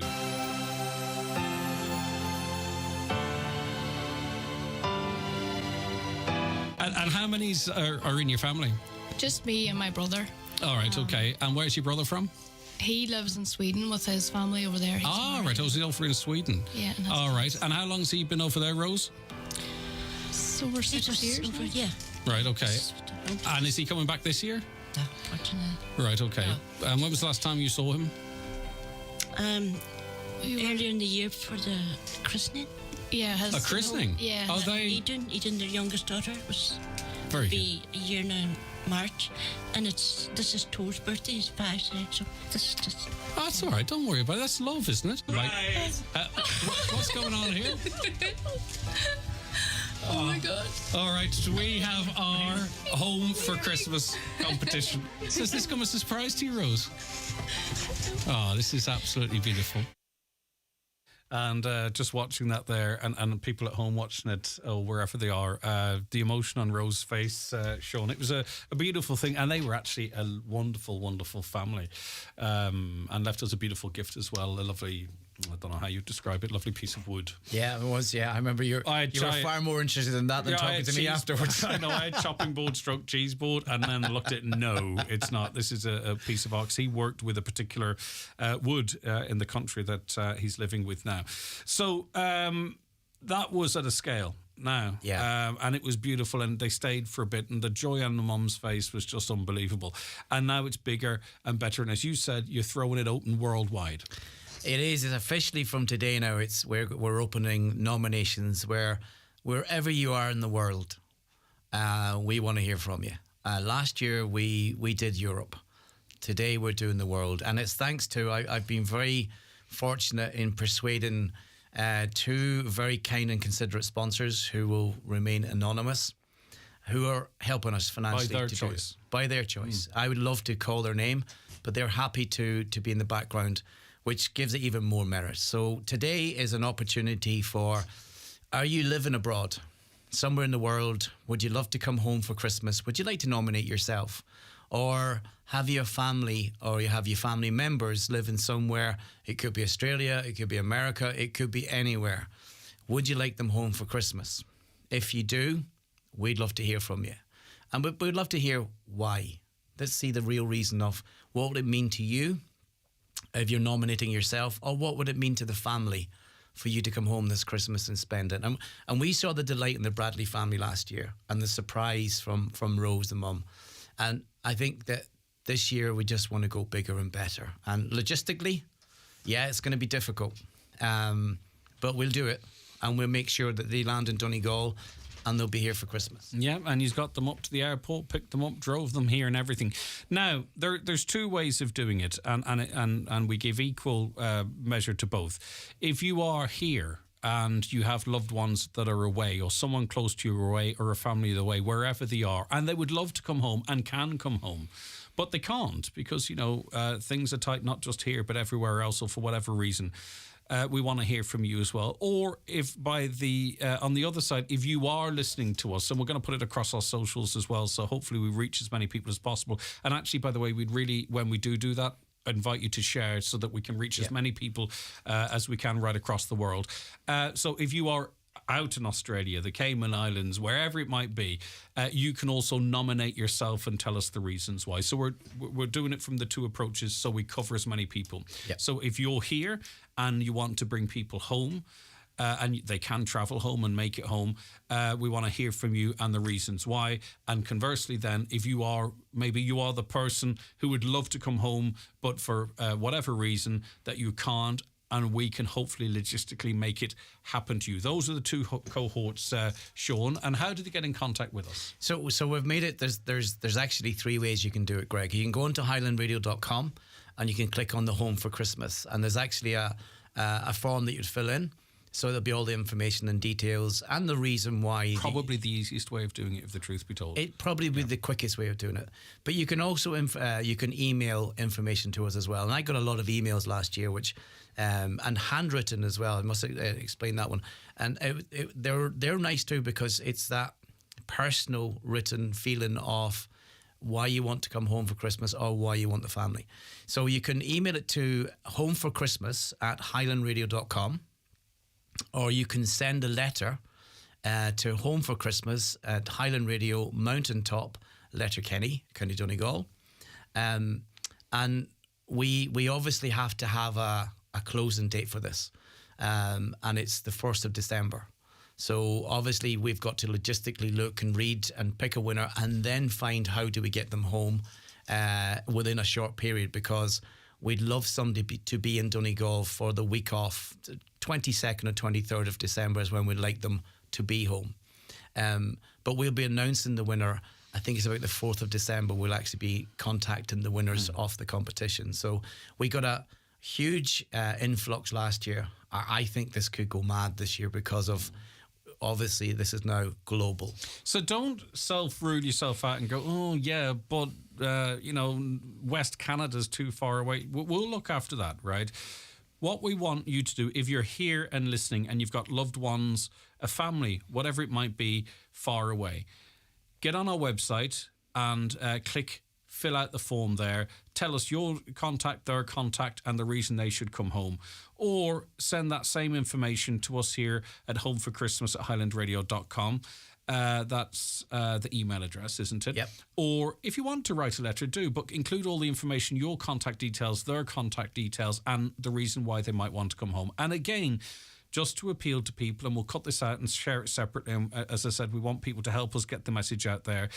If you are away and you want to come home, but you can't, but you could make it with the help of Highland Radio. Also, the website, click the link, fill out, give us all the details, tell us why, or email homeforchristmas@highlandradio.com. Or again, if you wanted to write to us, you can do that as well. Yeah. It really is as simple as, it feels a lot more simpler than last year, or are we just getting better at explaining it? Yeah, I think you're just getting better at what you do, Greg. Because I remember coming out of the launch last year and wondering what have we just been talking about, but it seems very clear this year. Yeah, I think the other thing is we've added the electronic form as well this year, which is good. The important thing also, though, I must state, if you are nominating a family, we need their details as well. So we need a contact, because what we will do, we'll go through a process where we'll talk to them in advance before making a decision. So it's important that you give us all the information when you're either writing or you're filling out the form online. Who are you? Your details. Who are they? Yeah. Their details. Yeah. Why do you want them home? Why do you want to come home? That's it, in a nutshell. Exactly. That is it. And as I said, we will close it on the 1st of December, and we will contact. We're obviously not going to come on air, and we'd like it to be, if possible, to try and make it a bit of a surprise for a family. It was a huge surprise last year. It was a beautiful thing. There was so many. It's not just the mum and the son. It was the partners. It was the wider family. It was the children. It was seeing babies for the first time properly, being able to bond over a special time of the year. Last year, it was huge for an awful lot of people. This year, hopefully, it's going to be bigger and better. Well, we know it's going to be bigger and better. All you have to do is be involved and let us decide. We'll sort out the logistics. You don't have to sort anything out, so it's a prize for everybody. Yep. And it's all over the world now, thanks to two generous sponsors, good people who want to share their resources in making people's lives better, but they don't want their company or their individual name being given out, which I think also is pretty darn amazing. And as well, Sean, you get these stories, they're selling Christmas trees now, there's Christmas stuff in the shops and blah.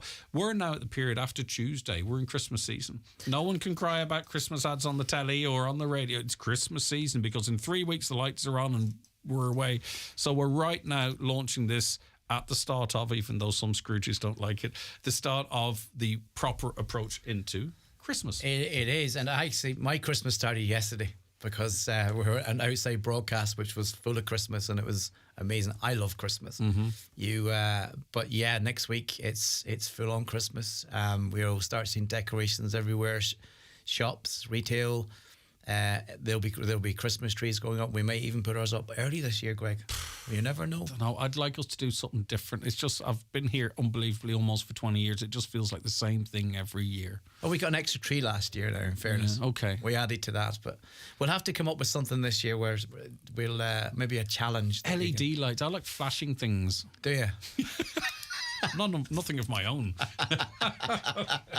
Right, okay, Home for Christmas, folks. Get on the website. There's loads more details there.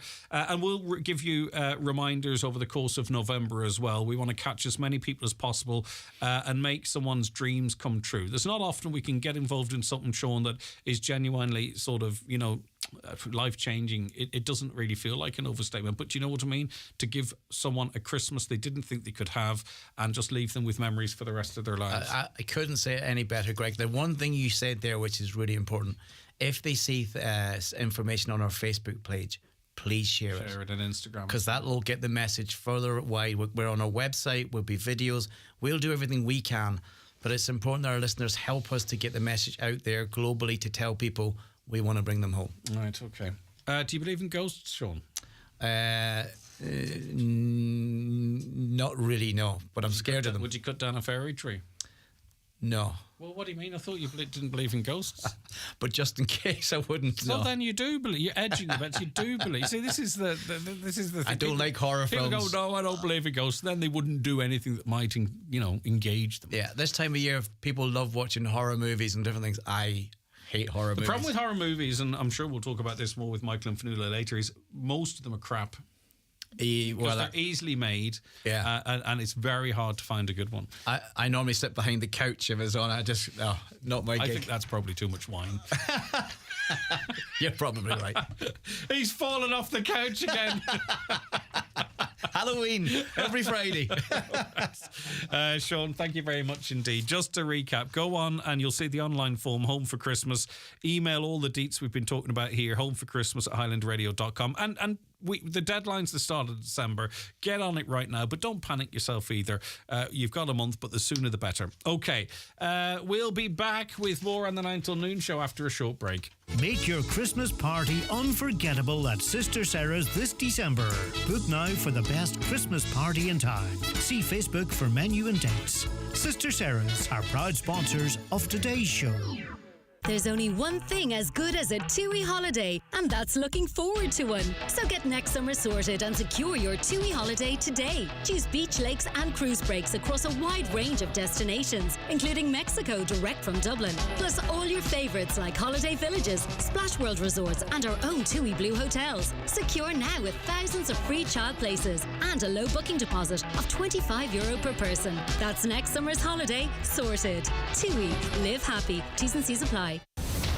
Easy Living Furniture's Oktoberfest sale has been extended but must end Sunday. Absolutely everything reduced, including sofas, dining, bedroom and mattresses. Final reductions for the last few days while stocks last. And remember, there's 0% interest-free finance available, so the decision is easy. Visit Easy Living Furniture, Crescent Link Retail Park. Oktoberfest sale must end Sunday. Order your new 241 car at Highland Motors Open Week. Choose from Citroen, Dacia and Renault. Choose from diesel, petrol, hybrid or full electric. Choose from hatchbacks right up to 7-seaters and from an amazing commercial range. Choose your new 241 this week at Highland Motors, Mountaintop, Letterkenny. At Connect Hearing, our audiologist is available Monday to Friday for hearing tests and wax removal services at our Letterkenny clinic in the Courtyard Shopping Centre. From now until the end of November, we are offering a free wax removal service for all those over 60 years of age. Our hearing is our social sense. Are you finding hearing more of a challenge? Call Ursula today on 07491 13296 to make an appointment. Good hearing helps us to connect to our family, friends and loved ones. Connect Hearing, connecting you to life. You have won €21,400. I mean, what a brilliant piece of news for you to get, Isabel. I couldn't believe it. No, I wanted 3 numbers, and I couldn't believe it. So in total, your winnings, €21,550. Wow. Well done to you, Isabel. You too could be the next NCBI Radio Bingo Jackpot winner. Shop for books in store or at the outlet on highlandradio.com. If you're not in, you can't win. Highland Radio weather updates with Ireland West Airport, where you can now fly daily to London Heathrow with Aer Lingus and connect via Heathrow to over 80 destinations worldwide, including Boston, New York and more. Okay, so we're going to have a day of sunshine and showers. Showers mainly isolated at first, but will become more widespread during the afternoon. Heavy downpours or thunderstorms are possible with the chance of spot flooding. Temperatures 11 to 13 degrees. Keith Corcoran joins us in studio now. Keith is author of Finding Fairy Mysteries in Donegal. Keith, thanks for calling up. Greg, it's a pleasure, and may I say that it's great to be interviewed by a fellow Lahey man excelling in his field of broadcasting. Well, I think you are right there. It seems that we broke, for Lahey people, we broke the glass ceiling in broadcasting and cultural... We've got you, a well-renowned author. We've got me, broadcasting. We've got Jason Quigley. We're claiming him. Absolutely. We have a internationally famous runner. Absolutely. You know what? I mean, this is all from a little village. We're doing all right. Keith, listen, it's great to have you up. I do appreciate it. Right. Finding Fairy Mysteries in Donegal. This is going to do really well for you, I think. And it's been a a hard piece of work. Well, it's a long piece. I don't know if you view it to be hard, but talk to me about the process. Yeah, Greg, it has been a bit of a slog. It's been 4 years in the making. So the book, and I interviewed over 50 lore keepers and storytellers and shanakees and homekeepers and sheep farmers and the whole broad spectrum of Donegal people. But the background to the story, interestingly, comes from the last book, because in 2015 I set out to do a book on historical mysteries and legends of Donegal. And I was working on that for 4 years as well. And as I was travelling around the county, Greg, from district to district, you would be sitting down usually for an hour and a half recording somebody. And I suppose when they told you the story that you had been after, you still had an hour of chat. And I was really surprised that all the fairy-related folklore and mythology and historically related modern stories I was picking up. So by the time I finished Mysteries and Legends of Donegal, which came out in 2019, I had 15 stories already collected. And I said, I'd go out one last time and see if there's a full collection of fairy mysteries in Donegal. So when we talk about fairy mysteries, what are we talking about? What stories are you hearing? And normally, is there a trigger that sort of that invokes the experience? Because I note there's a fairy tree on the front of the book. Yes, yeah. Greg, I decided if I was going to spend 4 years doing what turned out to be an absolutely fascinating, mind-opening cultural project for my home county of Donegal, I also realised that I wasn't going to cut and paste a folklore collection. And I decided, I suppose, I was at the age now that I was going to take a kind of a deep dive into everything in relation to fairy mysteries. So, for example, I picked up an amazing map from 1590 that was given to me by Desi McCallion. And it actually was a military map created by the English who were about to invade the county of Donegal. But not only did they map out all the strategic locations of O'Doherty and O'Donnell's country, they also included fairy testimony from some of their officers who had been reconnaissing the northwest of Donegal. So Desi's map, which he brought to my attention, said, wow, at that time, even in England and Britain, belief in fairies was very strong. So was the motivation for their actors to avoid? What do you think the motivation for the inclusion of these fairy areas on the map was? I think it was mixed. Because I think on one hand, they were just absolutely fascinated by it, that they were walking into a country. I mean, to them, I suppose, on one level, they were here to conquer, and on the other level, they were absolutely fascinated with their folklore. And there's an interesting piece they put in about Inishmurray Island. There's cursing stones on Inishmurray Island, and they speak of this O'Fantin priest who, if he decides to turn the stones against somebody, that they'll be dead within the year. But I mean, there's so many fascinating parts of it. To me, it seems to be very much alive, Greg. It's kind of gone underground, I suppose. As I say in the introduction, at the early 1900s, 9 out of 10 people in rural Ireland, particularly farming communities, believed very much in fairies. Well, you see, lore. I have from different conversations, Keith, at different times, have ghosts or spirits come up in the conversation, and I would ask someone, and I just did it there with Sean, who was sitting there a moment ago. Does he believe in ghosts? No. There was another lady on last week, by coincidence. Do you believe in ghosts? No. Would you cut down a fairy tree? Would you interfere with a fairy tree? No. So even those that don't believe in anything sort of afterlife-ish or anything that might haunt us still wouldn't risk interfering with a fairy tree. That's in modern Ireland 2023. Absolutely, great. Yeah. So fairies, the stories that you've put together, and there's a couple of high-profile ones. We'll talk about the fairy tree and the Rosnala Road separately, right? But generally speaking, what stories are you being told? Is it encounters? Is it stories that they've heard? So give us an idea of some of the 62 stories that are in the book, and what kind of stories you're hearing. It's very, very broad. I mean, for example, I would have included. It's actually very, very broad. I could flick through it here while I'm here with you, and I mean, to me, I feel that... Throw me over that book, actually, just to get a feel for it, if that's all right, Keith. Yeah. I know you were about to reference it, but we just run through the 62. So you talk about the medieval ferry revealed, the Hill of the Fairy King throughout the artist's side, Bundoran Fairy Bridges and Wishing Chair, Finding Tree Spirits, William Allingham's poem The Fairies, because this draws quite a lot from the south of the county, doesn't it? Bundoran, Ballyshannon, Ballantrae, Lahey and Donegal Town. At the beginning of it, but I have to stress that it's the whole county. Right. There's 62 counties, so I'd say about 15 stories to the south of the county. What I found really interesting is the findings that I found, from interviewing, as I say, people along the way.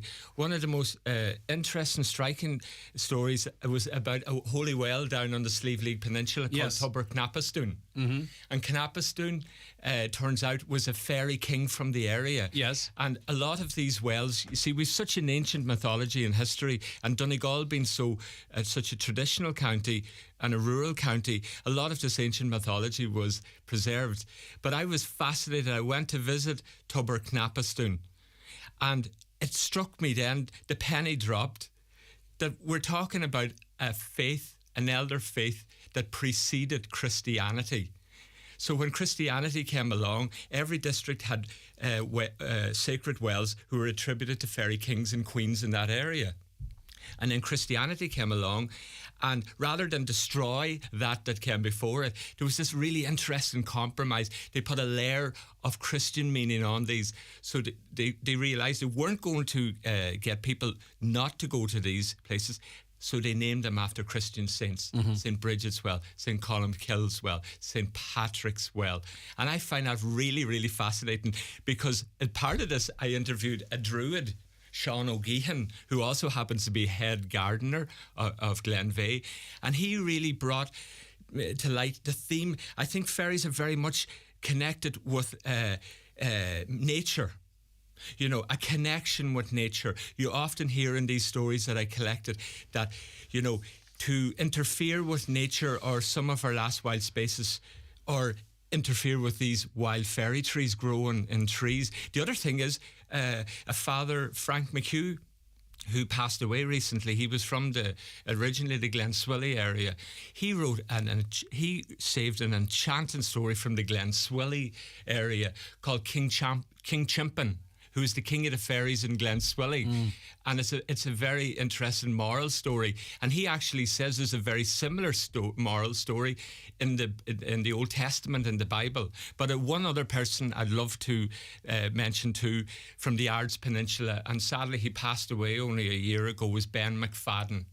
Ben McFadden, anybody listening in from the Creeshla and Ards area will know Ben, because not only was he a great community leader in the area, but he was a fantastic lore-keeper. And he gave me a great story before he passed away about the Fairy Hollow in the Ards Peninsula. And isn't it important to archive some of this information as well, because things get lost in time, and stories die with people as well. I'm not referencing necessarily the two examples that you've given, but it is really quite important, because maybe not today, or maybe not in 10 years, but certainly in 100, 200, 300 years, this is a reference of these stories that otherwise some of them may have been lost. Talk to us about the fairy tree on the Rusnalla Road in the 60s and how it held up construction. This was a really interesting story, Greg, to research. I had heard about this story. Anybody of a certain age in the Ballantrae area would know it well. The council had decided there was a very bad, or as we say, a wild bad bend on the road from Ballantrae to Rusnalla. So they decided to take it out of it. So Roy Green was a local man at the time. He was contracted, and other men, to cut the trees and the bushes along the line where this new road was going. But as during their work, there was a local farmer brought to their attention that was a famous fairy tree on that site, a whitethorn tree, and he just said, be it on your head if you interfere with it. Well, Greg, tools were downed.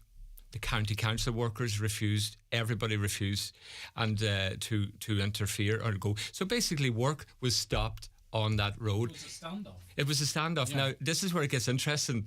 Not only did our own media cycle, but the national news began to send people up to report on it. It actually made even international news in England and America as well. And I think Cathal Shannon at the time, he came up to do an outside broadcast from RTE about it. Nobody would touch it. It was the talk of the country at the time. And poor Roy Green, I mean, I'm not going to give away too much of the story. I'll be revealing it at my lunch in Ballintra, very close to the site of the story, this Saturday at 6:30 p.m. for anybody who wants to come. But to get back, poor Roy Green got blamed for it. I don't think it was him that touched it, because I referenced, or I researched a national feature from a newspaper now defunct, that Roy Green said not only would he not touch it, but he wouldn't expect any of his workers to touch it. So I think the true story is that in a test of bravado, 2 young fellas went down in the middle of the night and cut that tree down. And it was very sad, because the council, I believe, were already drawing plans to reroute the road around this ferry tree. Yeah. And I can't verify this, but those 2 young men, they had a bit of bad luck in their own lives after this here. So there seems to be, the mystery still surrounds that story. And is there many stories of the consequences of going against the ferries, if I could put it like that? Absolutely. I mean, there's a story, Greg, that I touch on in the Glen Swilly area, a more modern story. And I mean, that story is so raw in the area that I couldn't actually get anybody to go on record with the story. But I do mention it at the beginning of the story, because the other thing about it, Greg, is I am a bona fide scaredy cat. So I might not have been the best person to do this, so I tread very carefully as I was travelling the highways and byways of Donegal. You don't want to upset them either, do you? No, okay. you don't, Well, Greg. listen, the book is being officially launched in Ballintra. Is it on Sunday? It's actually in the Ballintra Community Centre on Saturday evening, I beg your pardon. Saturday isn't it? evening, The 28th of October. And go ahead. Can I give a quick shout out, Greg, because I've already started my world tour of fairy mysteries around Donegal. I'm thanked to everybody came out in Stranorlar on Wednesday night, and last night a big shout out to the Buncrana posse who came out. And I'd also like to say a special thanks to David in Bookmark and Letterkenny, because Greg, I know that you feel the same way about this as well. You know, I don't really want to particularly fund Jeff Bezos and his Amazon, vanity projects and skyrockets and yachts. So, folks, I am so grateful that we still have independent booksellers around the country, like Four Masters, Pauline and Ewan up in Max and Buncrana, and also David. And David's a character. If anybody knows David and Bookmark, for the last 2 years while I was working on this, every time I come in, he say, "Hey, Keith, all I want to know, when is the next book coming out? When is the next book coming out? I want it on my shelves." Caller wants to know, do you believe in ghosts? Do you know what? After 4 years of going around the county, or 8 years now in total, because as I show you now, I have to say, Greg, I do now at this stage. And I do believe in fairies, but I do believe it's a psychical thing. But you see, we talk about it, and on our stories here are the conduit almost is fairies. But if you go around the world, I presume there's similar stories, similar traditions, focused on different things perhaps, and it's presented in a different way. But our face of a lot of what we're talking about is the tree, the ferries, the wells, the bridges. But, it's replicated perhaps in different ways right around the world. Very much, and it's still there, Greg. And I must say, I love to go into the schools, and to all grandparents and parents out there listening this morning, folks, turn off those smartphones for a while. Turn off the radio even after Highland Radio's main schedules is finished, and sit down with your grandchildren, because when I go into the schools, you can see the wonder lighting up in their eyes. And I am just so... Children love history. They love history, and they love folklore, and they love stories, and don't forget that, folks. And as I said, Greg, thanks for the praise, but this is the people of Donegal. This is the voice of our people, the folklore, the culture and the magic. And this is a very special time of year, because Halloween comes from Ireland, is celebrating around the world now, and surely we can keep it alive. Okay. And I hope this renews it for future generations. When is the book available now? Greg, after this, I just released it this morning, so after this show, I'm going to make a beeline for David and bookmark Letterkenny in the old shopping centre. All right, great stuff. Listen, it's a great piece of work, and it's a great achievement to be able to publish a book at the standard, at any standard, but particularly at the standard that you have, and it's incredibly well researched, and a lot of time and efforts went into it.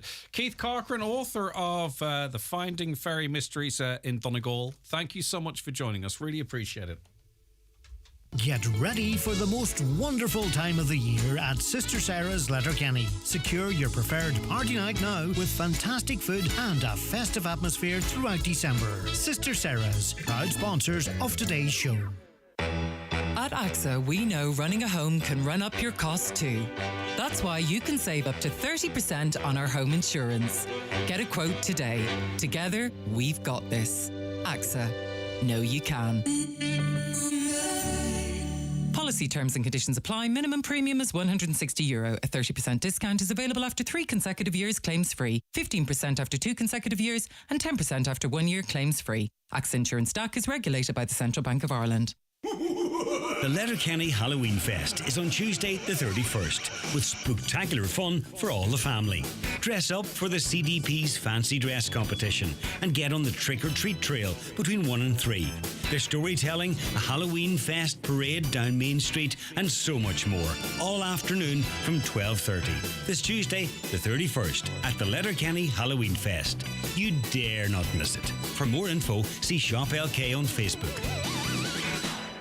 Recently engaged and planning your wedding? If so, the Encourage Autumn Wedding Showcase takes place this Saturday, October 28th from 12 till 6 p.m. Come along and view our stunning wedding venue and meet with the dedicated wedding team at Encourage Hotel Gidor. Join us at Connolly's Volkswagen Letterkenny for a demo and ex-management vehicle sales event taking place from the 31st of October until the 4th of November. With stock available for immediate delivery. Discover amazing offers on our Taigo, T-Roc and fully electric ID range, offering a blend of discounts, low interest financing and exclusive trade-in bonuses. So why not visit our dealership at Canal Road, Letterkenny, talk to a member of our team, test drive our demo range and drive away in your new Volkswagen with Connolly Motor Group. Contact us on 074 9122 or see our full range at connollys.ie.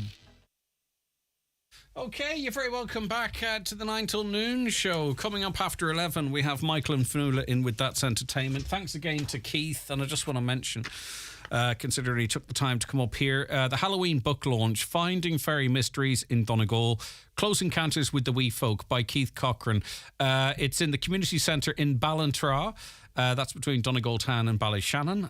It's on Saturday, this coming Saturday, between 6:30pm and 8:30pm. And you're invited to join him for a magical evening of fairy and ghost stories, music and song, and refreshments will be served. And you can get a copy of the book if that suits you. Good morning. Could you please wish Mary Doherty from Corgry, Ballabafay, a happy birthday? Hope she has a lovely day from the Mundy sisters. Happy birthday, Mary. Good morning. Could you please wish Mary Doherty? It's the same text. Please can you play a special request for Mary Margaret Friel? Hello, Mary Margaret Friel. She's in Fanad and she has a big birthday today. Best wishes to you, Mary Margaret, and hope you party all night. Have a great birthday from Kathleen and all the gang. Okay, so we're happy to do that. Greg, can anyone explain to me what the Marching Gudor is about tomorrow? I'm unsure about attending it as there is no clarity on it. Okay, let me see. I don't know. I have no information on that. I know there is an emergency rally for Gaza. You're invited to show your support. It's an End the War rally. Stand up for peace and justice in Palestine, says the poster. It's from the front of An Grianon Theatre between 1 and 2 p.m. Tomorrow, Saturday. And there are guest speakers, so maybe you want to attend that. Or if you're working, go there on your lunch if that's something that you feel passionate about. Okay. We're going to take a break from the serious matters now for the final hour of the show this week, because as I mentioned to you, coming up after 11 o'clock, it's Michael and Fionnuala with That's Entertainment.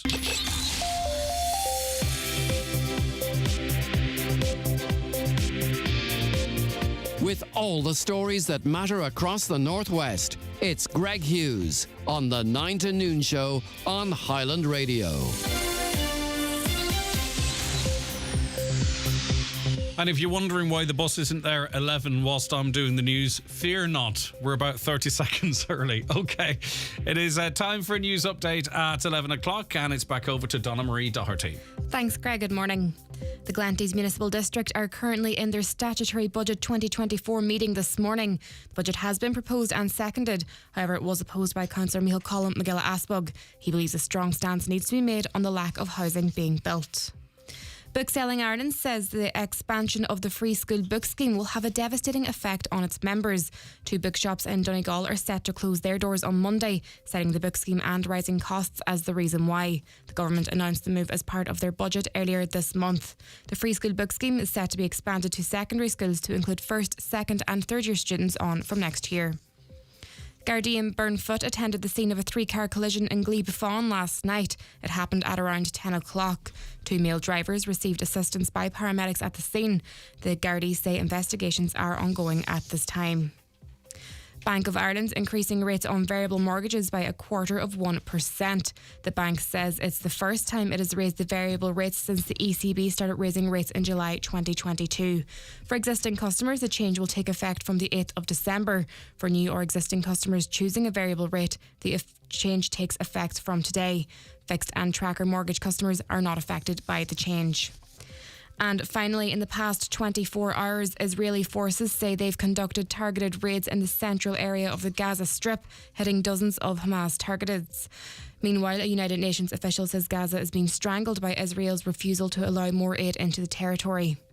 Those are the latest headlines. We'll be back with the next news update at 12 o'clock. Till then, good morning. Thank you very much, Donna Marie Doherty. Michael and Fanula on the way.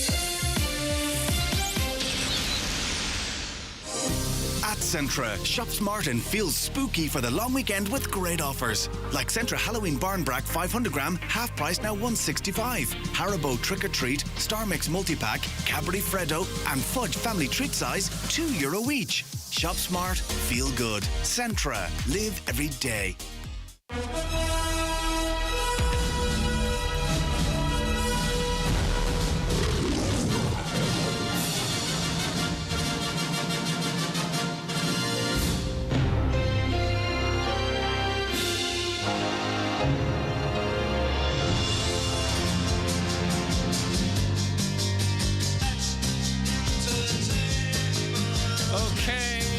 Welcome along to That's Entertainment here on the 9 till noon show, and we are joined just really as I was speaking by Michael Eddy. Hi Michael. Hello Greg, how's the form with you? Pull that seat to your left a bit closer to you, will you please? Thank you very much indeed. I can do that. How are you keeping? Do you I'm like keeping Halloween? Good.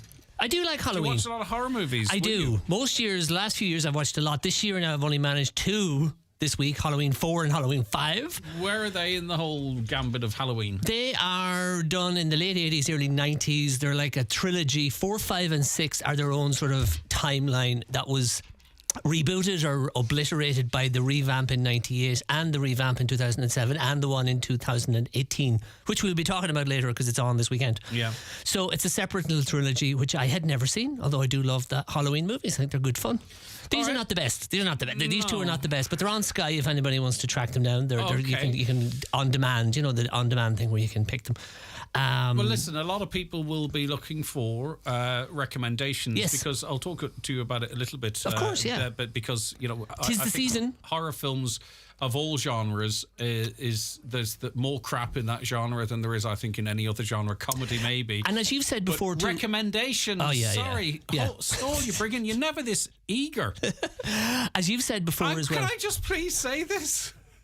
But I loved what you said the last time. I wanted to say, listeners, please, if you've got a horror movie recommendation, he's ready to go. How much coffee have you drank? If you have a horror movie recommendation or a scary movie recommendation, and don't say Oireachtas TV because I've already said that joke just now. If you've got something scary to watch on the TV, and don't say the 9 till noon show on your Fire Stick.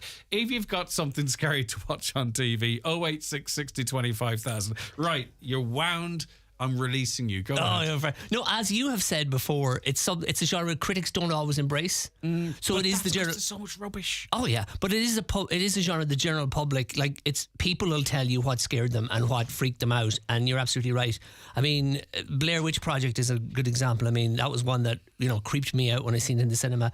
It's one that I think critics did embrace, but then, as you say, a lot of critics don't. There is a lot of stuff out there, because the bottom line for a horror film is that it should scare you, and if it doesn't.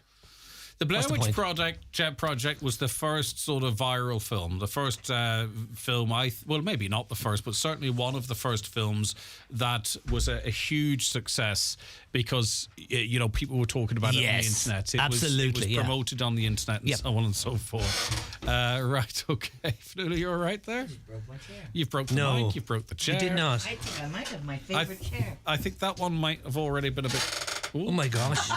Okay. I know it's Halloween, but that's too scary. That is creepy. Can you fix the mic? If you trust that chair enough? I know. Do you trust that chair?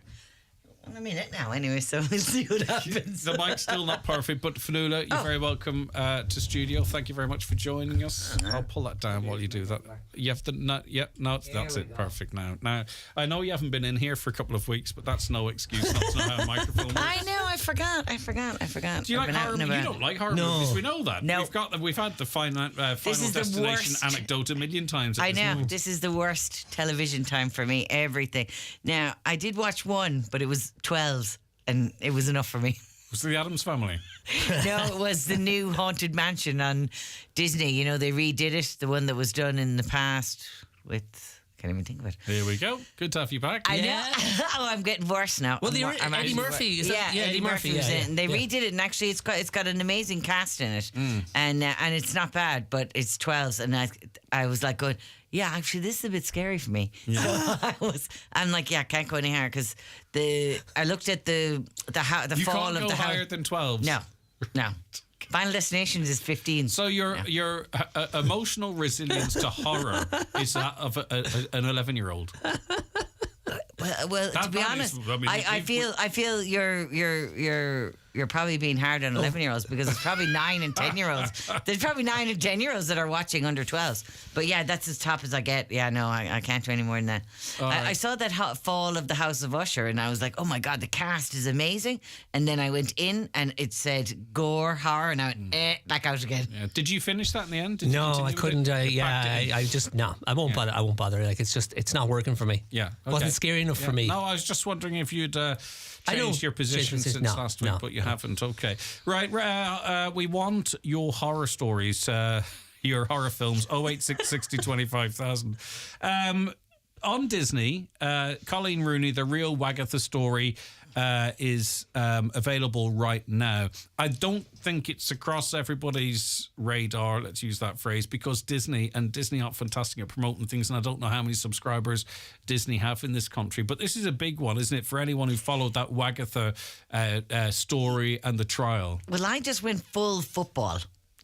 Because I did the Beckham one first of all, and that one was and I love the Beckhams, and I was kind of like going, oh, this is nice. But even to me, it was a little bit saccharine, and I'm somebody who actually really likes them. But I was like, let's throw a small bit into it. It was an interesting documentary, and it was horrendous, some of the things that were said and done at different times in his career to him. But you were kind of like going, don't be brushing over your infidelity so quickly and all this kind of thing. But then I watched the end of that. I didn't watch it all, and I mentioned to watch the end of it because I know you have both down. And there's just a bit at the end where he's cleaning his cooking equipment, and he lays everything out very very he has OCD. And is it stated he has OCD, or is it? He mentions that he's had has issues with, but he walks in at one point into his closet. And he said, oh, somebody's been here. And he moves one of the hangers like a fraction. 2 but millimeters. also just the way he's cleaned, and I think they leave it towards the end of it. He's cleaning this equipment, and he seems like a lovely guy and a family guy. And but at the same time, he seems he's enduring something in his life as well. Yeah, well, he does seem happy. He does. To be honest, he comes across as being, when you watch the whole thing, he does, but he definitely has an OCD type personality when it comes to cleaning, and which arranging. in fairness, completely not like me. No. If my personality went OCD, You would be- wade through your kitchen. I do. Wade through I do. it. I have a bedroom of a 15-year-old. There's like crap everywhere. That's my problem. I'm becoming a hoarder in my as I'm aging, whereas he's gone the other way. He does have a lot of things in which he likes things to be particular. He's very particular about things. But I think that kind of comes into his upbringing and his professionalism. I mean, the father got a small bit of a dig a couple of times in it, which is amazing because the father's in the documentary and doesn't seem to take offense when he talks about how hard the father was on him when he was training maybe they've him. come and to terms with it. that, it was just kind of part of his. I think he sort of seems to think, oh, that's what made me what I am. But like, the father seems to have been very much like, you do it again. And he seems a great dad. As I say, I only saw a bit of it, but there seems to be, and I don't know what's wrong with the world now or whatever. I didn't see it, and I don't. But there was some controversy that he kisses his daughter on the lips. People moaning or crying about that on the internet as if there's something wrong with that. I mean, Lots of people do that, don't they? But what's going on in the world now that You wouldn't people, even notice it, actually. That's only when you But said that's it what I'm there. saying, but it's She's a only in it take- for 1 second. Yeah, but that's people's takeaway. It's worrying, I think, that's... I don't. Yeah, they have to find something weird in everything. Exactly. It's just that's their relate. By questioning it, it potentially it makes it weird when it's not. If you just don't have any issues yourself. Yeah, why would that be? It's a between that, like as in exactly, and there's nothing awkward or creepy, and it wouldn't be my thing because it wasn't our thing. No, it's in fairness, yeah. But it's like another thing. Some people are huggers. Some families are huggers, and some families aren't huggers. And as you get older, you meet people. I think the who are larger, very different. and listen, throw this out for listeners. I think sometimes the larger the family, the less huggy they are. You're probably right. I just don't know if it's because there's not maybe enough affection and love to go around. Okay. Not literally, but I come from a big family. And I think we were more belty than we were huggy. Well, Sally Roddy in our house. Yeah. You mean more? No, I don't mean my parents. I mean like between the siblings. Oh, I met my parents. No, oh no! Oh no! God no! Dinner's no warm. Oh no! By belty I meant us hitting each other when we were kids. Right, okay. There was a load of us, and we were always just kind of like either trying to convince one of the younger ones they were adopted. I just think sometimes the larger the family, and it doesn't mean there's any less love in a house, but I think sometimes the larger the family, the less demonstrative people be with you. Yeah, I can understand that. Yeah. Yeah, Michael was definitely hugged too much in his house. Far too much. And he's a small family. So there you go. Yeah. He Only lands child, home. He lands home. spoiled. Overly loved. How many roommates have you got? Oh, I have two roommates. He lands home, and the two roommates, he tells them when he's coming home, right? And they're standing at the door. And as he walks in, they each have to give him a hug before he's allowed even to go into the kitchen. I'm not shocked. Yep. I'm Have not you been shocked reading by my that. diary? Yes, I'm I not have. shocked by that information.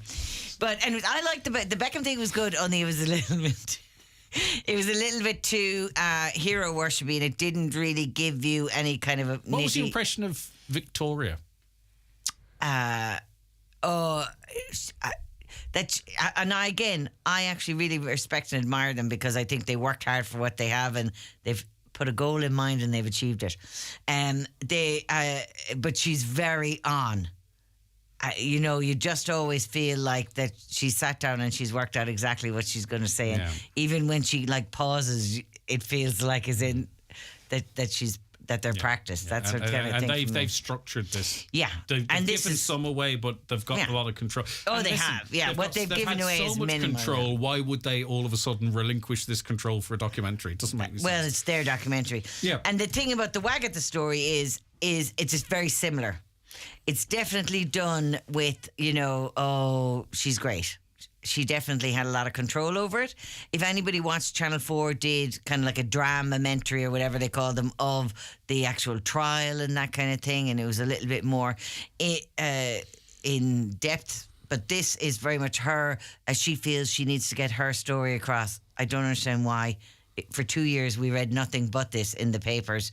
Does everybody not know every single side of it at this point? But I think for access to her on this level, production companies were just going to give her a carte blanche. I think that's exactly what they did. It seems it's very much now like she talks in this. Sometimes I have to say after watching this, and obviously I don't know this girl at all, nor do I follow her on social media. Her life seemed kind of sad. Like she lives in this house that, in all fairness, I thought she was pulling up to the boys' school when she pulled up to the house. It's so freaking big, and she constantly seems to be wandering around it on her own. Yeah, according to the documentary, she doesn't have a nanny. They never mentioned. They mentioned one story of him when he was caught drink driving, when he just was giving a girl a lift home. Yeah, of course. As you do. As you do. In the middle of the night while you're half cut. So, he says in it, he knows what he was doing. And it's terrible that the press took it up a different way. Wow. You're like, okay, all right, buddy. Yeah. That's also airbrushing a little bit. It's Rooney washing because there's more to it than that too. She's had to put up with a lot. Oh my God, she definitely has made a decision in her life. I mean, and again, no more than Posh probably had as well. You know what I mean? These are decisions these women have made, and as long as they can live with it, and that's the same thing. But she does seem very kind of lonely in it. I just sort of, when you're watching her walking around the house on her own. From the documentary, she doesn't appear to have a nanny, which I find very hard to believe as well.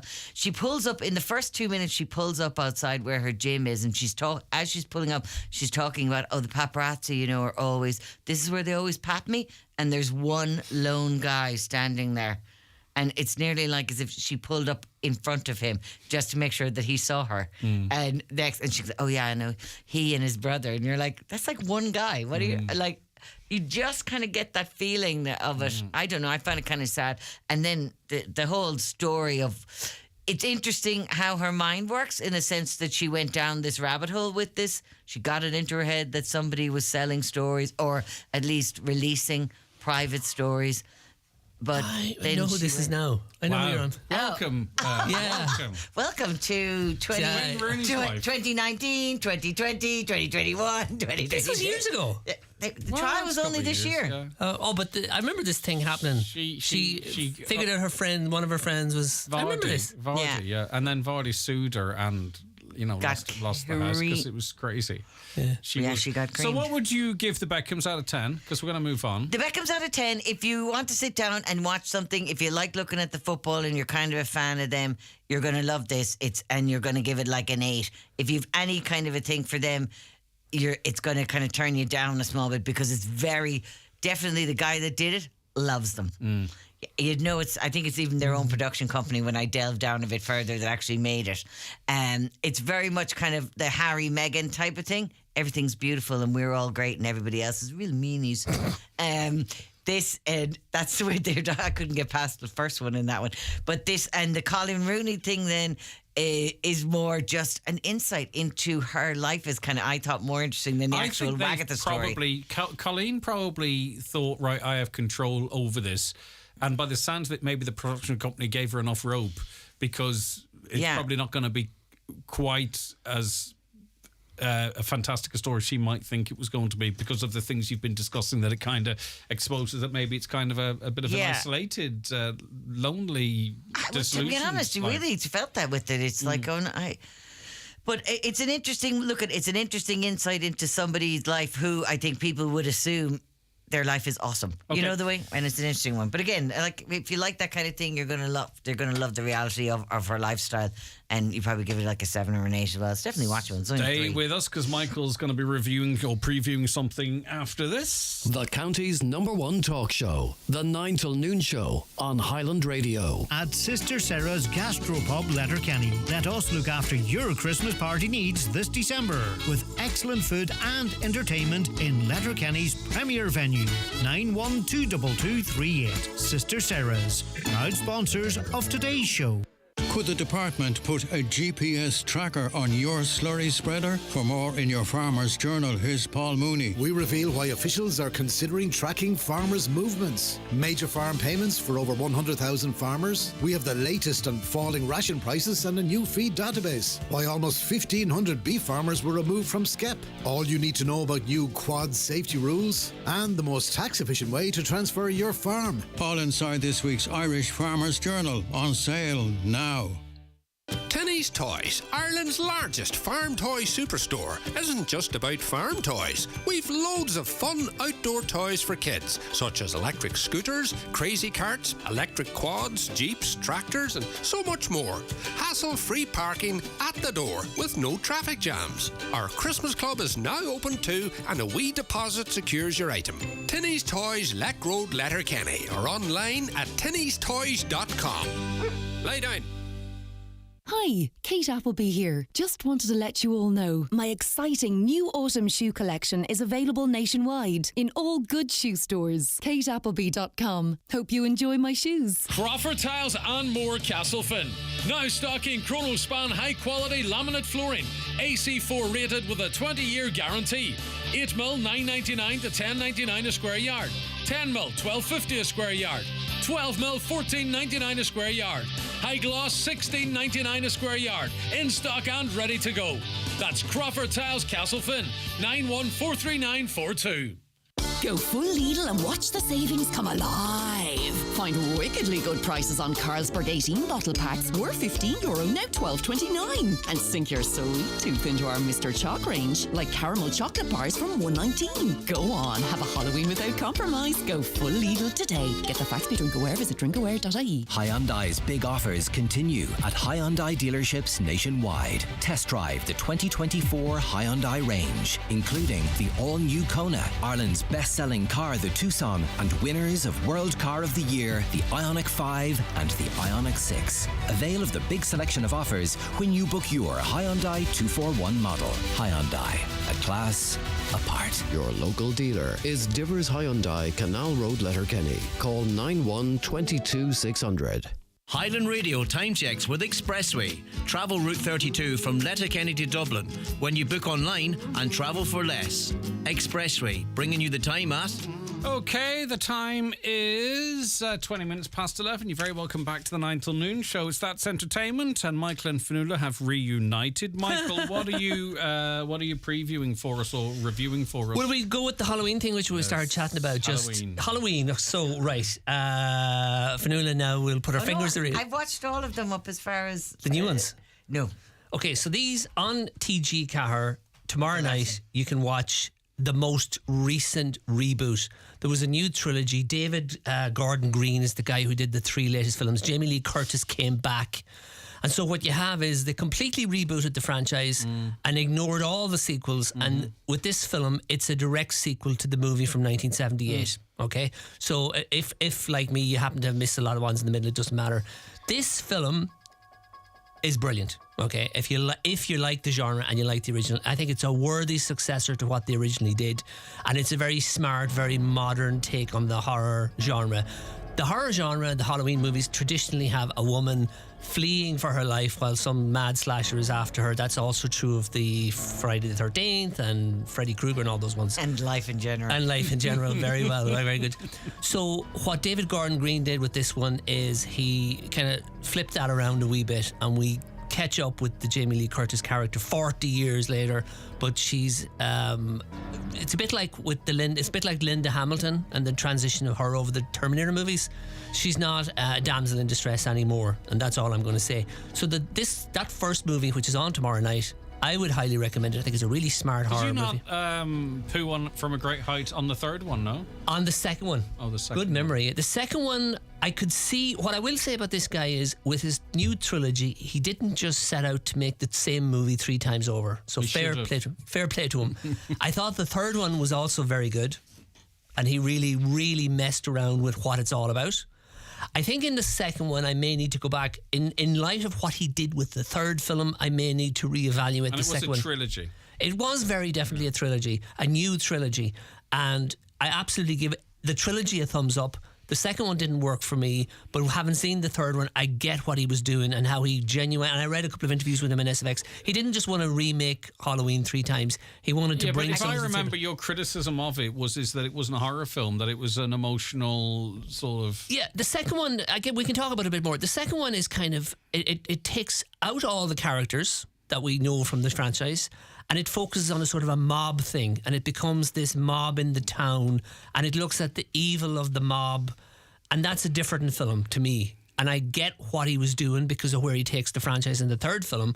But in that second one, it's about a lot of people running around the town at night looking for this killer.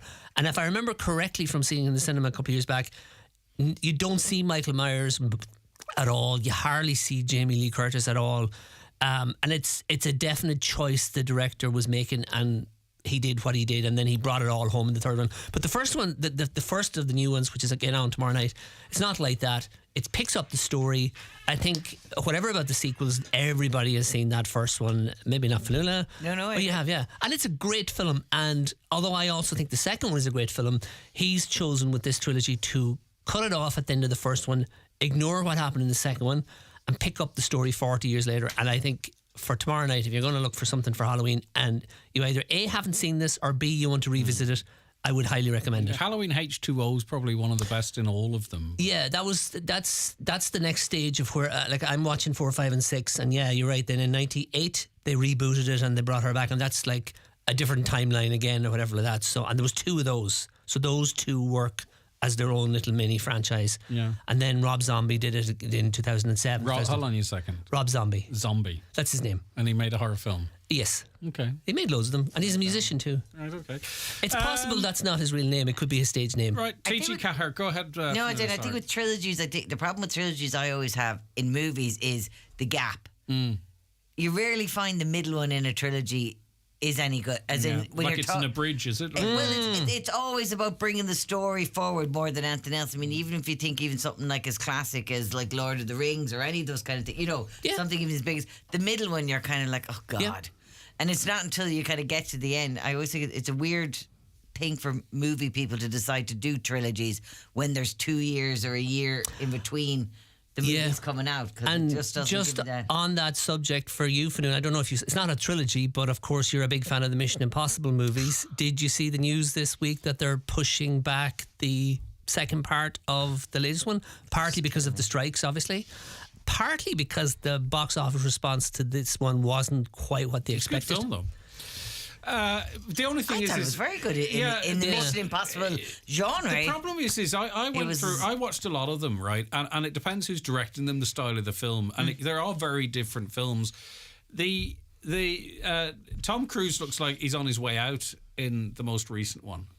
For most of the film, and then he picks it up a little bit. I think he does. I think he looks lost and vulnerable, and maybe that's the way they want to present it. Needs a hug. But the story is always the same. Things are middling. He meets a woman who's in peril, and then he has to save the world and the woman basics all at are the same always time. the basics are always But I thought there were elements of that film, particularly the train stuff, that were fantastic. Yeah. The train was amazing. It was just I've never seen it before, and it's quite thrilling. It was a good film, good baddies. But in the genre, they're always the same, anyways, aren't they? I mean, like Michael's favorite love is Fast and Furious, and I'm sorry, that's the exact same film 165 but there was times. There was a couple of the and it gets great reviews. There was a couple of the Mission Impossibles that were directed by a particular director, and it was all like slow-mo stuff, and the fight scenes were shot in a completely different way, and if you watch them one after the other, you can really notice it, and I don't really notice those things. So they've pushed that back. Yes, you do. You notice drone shots. You are your eye is really good. You notice drone shots. If part of the screen is out of focus, you are very optically driven. Documentaries. I started a documentary last night again, and the producer starts asking questions off mic, and I'm not a violent person, but I wanted to rip the TV off the wall and chuck it out the window. I don't understand it myself. Just give yourself a microphone. You know you can ask the question. You've got the people mic'd up. I know. You've done the random shot of the chair empty. You've done the snap of the clipboard because we see behind the scenes because it's so raw. Yeah. Just give yourself a bloody microphone, please. I'm not interested. I know. It's the same thing even in the Don't Watch the Beckham one. You're not going to like it because he does do that as well. He asks questions off mic. And like they're specific questions. It's not like as if that they just came to him because of something that somebody else was saying. I'm going to pull my microphone down here, and this is what we're talking about. You'll pick me up on Fionnuala's microphone. Yeah. And they ask questions like this, and maybe it comes across a little bit clearer at home, but why would I interview someone with the microphone down? You put the microphone up. Okay. Anyway, no, it doesn't. Ursula Rabbit Hole, welcome back. Oh, it's like rain with clouds. She only comes when Fionnuala says, Ursula Rabbit Hole, thanks very much for rejoining us. She takes the same sabbaticals as Fionnuala. Delighted to see Michael and Fionnuala back together for the entertainment slot. And belated congrats, Greg and team, on your recent award. But of course, Ursula, you could only say that now because when Fionnuala's not here, you don't bother with the programme. So. But thanks anyway. I know you're funny because it's true. I'm going to go over to her house on the east coast of England and live there for 6 months and see how she likes totally that. should. That woman is still, they're out like sunbathing down there. It's terrible. Is the house free? I'll go to the house when it's free. Apparently she's got a massive kitchen table. But anyway, Ursula, lovely to have you back on board, and thank you so much for your nice comments. Right, okay, so...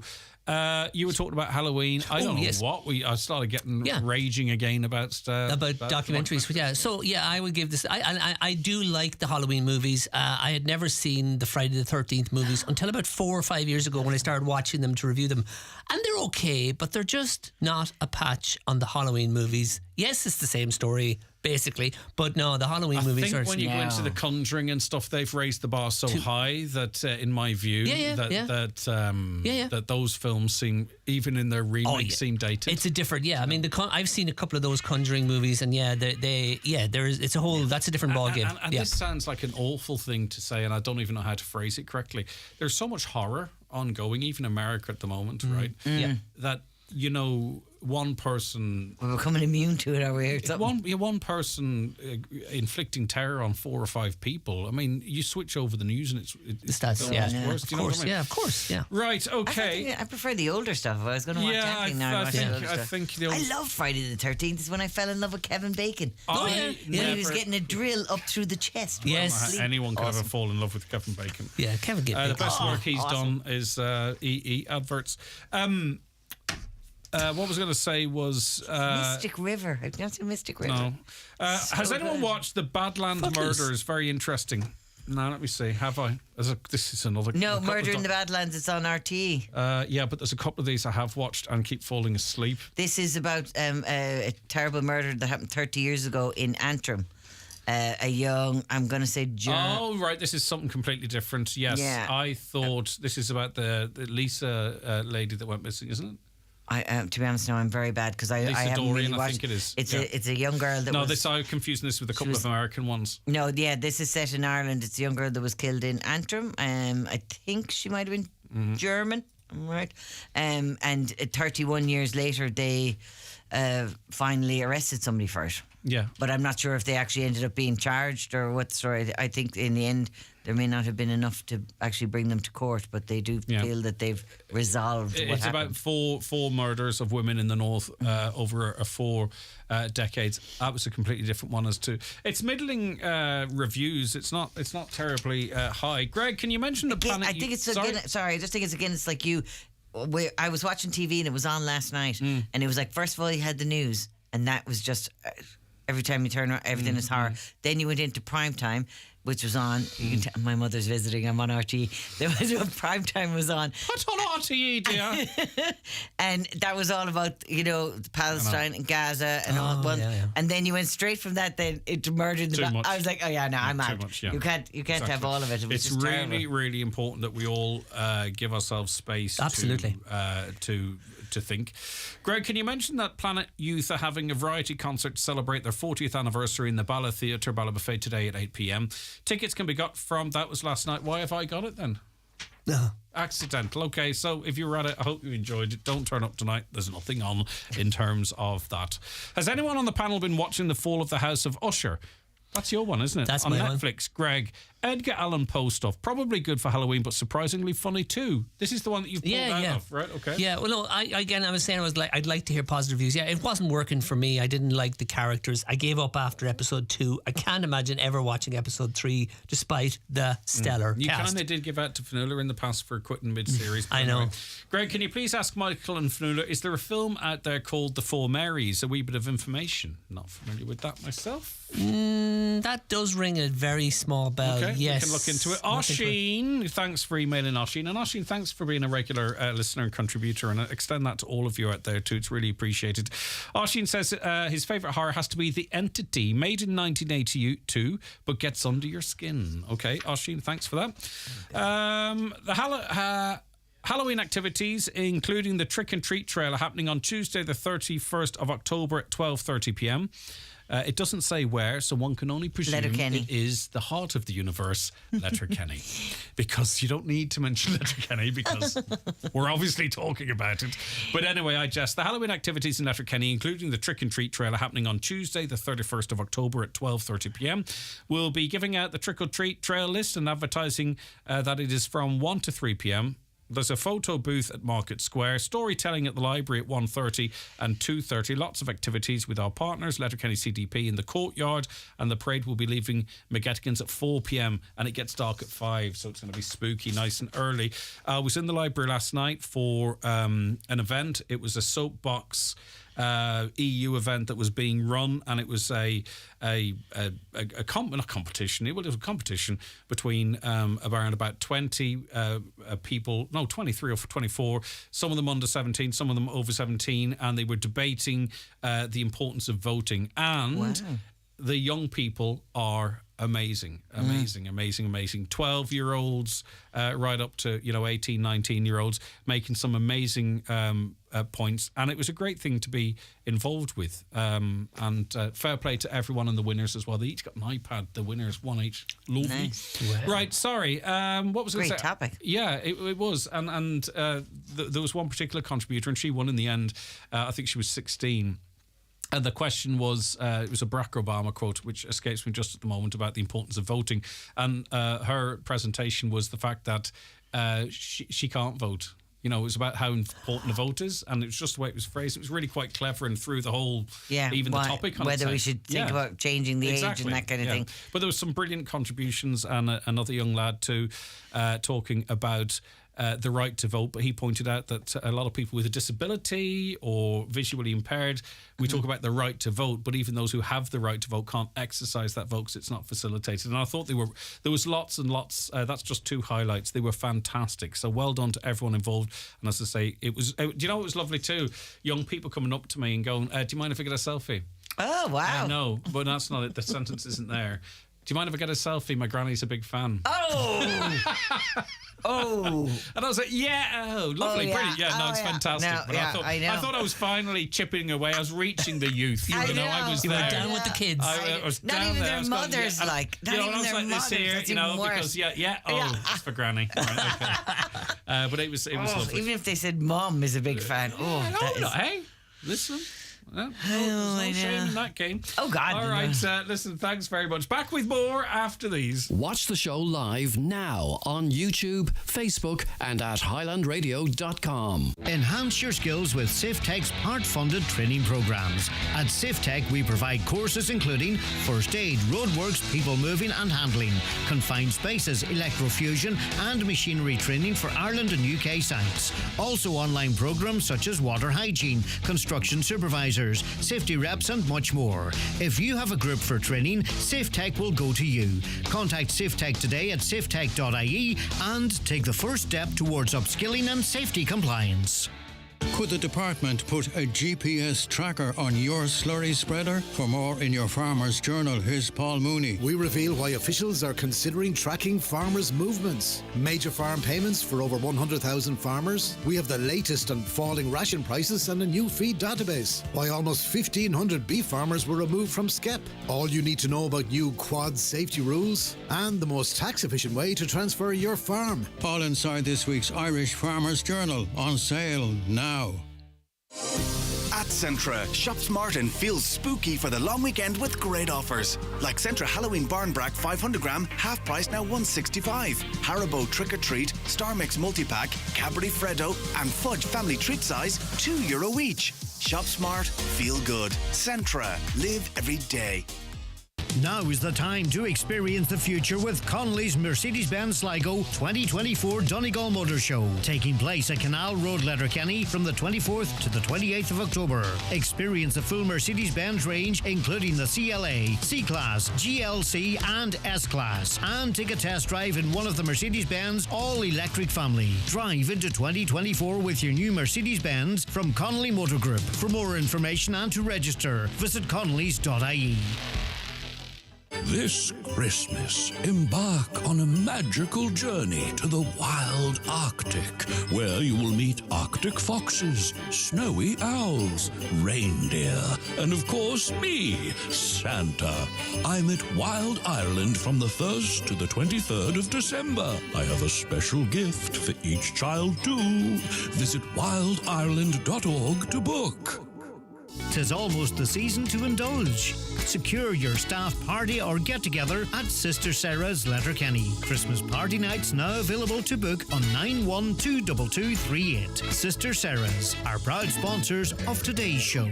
All right, welcome back to today's show, and thanks to Sister Sarah's for their support this week. It's great to have you guys on board. Okay, we're talking about a show that's coming up this weekend. It's called The Root of All Evil.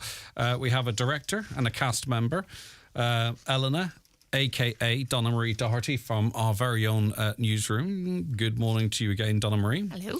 And also we have Sean Lafferty, the director of The Root of All Evil. Tell us about this piece of work, Sean. This is a new piece of work written by the Ballard Theatre's very own Conor Malone, who's the theatre manager there, and this is his 6th piece of writing, brand new piece of writing. It's based on an article that he read in a book regarding an experiment that was done in America with monkeys and introducing currency to monkeys to see how quickly they'd adapt to it. And he thought, what if I wrote a play about taking humans in that situation that never used currency and introducing the idea of currency into a society? And it's just so, when you read it and you say, oh my God, this has happened. It's still happening. It's millennia old now, you know. And then we get to see what happens through the family that's based on it's a baker and his wife and Elena, his daughter. And we see through the family the effect that introduction of coin or currency, or the idea of coin and currency, has throughout a wider society then. And this is a one-act play. One-act play, yeah. So we are going to take this play out now after this weekend. We're out next weekend on the All-Ireland One-Act Festival circuit. Brilliant. Which we had the pleasure of winning 2 years ago. So we're back out again now, hopefully trying to get there again. To reclaim the honours. Right, okay. And it's a small cast. There is the baker, Mickey McMahon, his wife, Doreen Lafferty, and Eleanor, our own Donna Marie Doherty, and I can mention the stranger, isn't it? That's not a giveaway. The stranger, Michael Given King. So, what's it been like? The process of I suppose, reading the work initially, Donna Marie, and then the rehearsal process. Have you enjoyed it? It's a big undertaking, isn't it? It is. I absolutely loved it, though. I did Panto last year. And, whenever you're on Panto, you can barely move on stage for the amount of people there. But whenever there's only 4 people, there's so many technical elements to be looking at and to take into account, but it's been class. It's just been so enjoyable. Yeah, and from a director's point of view, I don't know if it's more or less people, which is the greatest challenge, because you have to make an impact because you don't have a ton of time, and you can't have any loose or weak characters. Yeah, and that's the thing. Well, when you've got a big cast, as Donna Marie says, if you're working on something like a panto or a musical or something, and you're tight for space, they are 2 completely different approaches. So you do have to look at them technically very differently. When I've got a small cast, as Donna Marie says, there's 4. I think there's only maybe at one point in the play where the 4 are on the stage. The rest is either 2s or 3s. So you are looking at it very, very differently. You're looking at, angles and things like that on the stage and where the lighting is hitting. And so not only are you looking at them doing their performances, I'm thinking about where's the lighting coming from? Is there sound coming in here? Do I need to move parts of the set? Because the bigger casts and bigger musicals and things like, you're most likely working more with an open stage, and the more people on, the less space you have. So what kind of leeway did Conor give you with this? Conor is a writer who, when you get his plays and you say, is it okay if I change anything after I've read it, or if as I'm going along directing it, Conor hands you the play and says, I'll see you on opening night. So he's not breathing down your neck? No, refuses to see any rehearsals. He hands it, he says, I've written it. Which is it's a wonderful thing to do. Yeah, but it could be looked at 2 ways too, because then there is the great reveal. That's the one thing I've kind of been sitting in the back of my mind, just because he hasn't seen any of it, he hasn't seen any rehearsal. I just hope he likes it. Now, one-act plays are one-act plays, and compared to large productions and what have you, in the context of this being a one-act, or in fact it being any type of play, the advance sales have been huge, Donna Marie. Yeah, I think I was telling you this morning, I thought that 80 or 90 between the 2 nights, but Sean was just telling me outside that it's actually 80, 90 per night. With hopefully a few more walk-ins. Yeah, That's the walk-ups. Those are the people who have expressed an interest in advance, and you're going to get a lot. And that's really what we're talking about here. There are some tickets available. So give us the show time, Sean. We actually open tonight. Yep. We open tonight at 8 o'clock in the Ballard Arts Centre, and we're on tomorrow night same time, and you can get the tickets ballardartscentre.com. I can tell you now the box office is open right now if you want to give them a call on 9131840. Right, really exciting for all of you, because there's a lot of work goes into this, and we only just see the end result. It doesn't I just always want tell to the take full an opportunity story. to thank Donna Marie and the cast. They've been amazing, and my crew. I could not have done this without this crowd. They are they've been a phenomenal. So. All right, so Donna Marie, exciting. You get to perform it close to home, and then take it on the tour. Then Yeah, we're going on the road. On the road. All right, well done. It's The Root of All Evil. It's is the Butt Drama Circle's 2023 entry into this year's All-Ireland One-Act Drama Festival. It's on tonight at 8 p.m, tomorrow night at 8 p.m. Already huge advance sales, and you can book your ticket or maybe even turn up on the night. Just call the box office at the Ballard or go on their website there. Best of luck with it, and I hope I'm sure you're going to do fantastic this weekend, but particularly it'd be nice to get that crown back it would be sweet. That they had to wrestle from your myth last year. Yeah. All right, well done. Anything you want to add, Donna Marie, to... No, just right, come see us. I just want you back in the newsroom. All right, then. I just. All right, then. Listen, thank you very much indeed. Michael and Fanula back in after these. Prepare for the merriest time of the year at Sister Sarah's Letterkenny. Plan your unforgettable Christmas party now with fantastic food and festive fun this December. Sister Sarah's are proud sponsors of today's show. The Opel Open Road event is now on.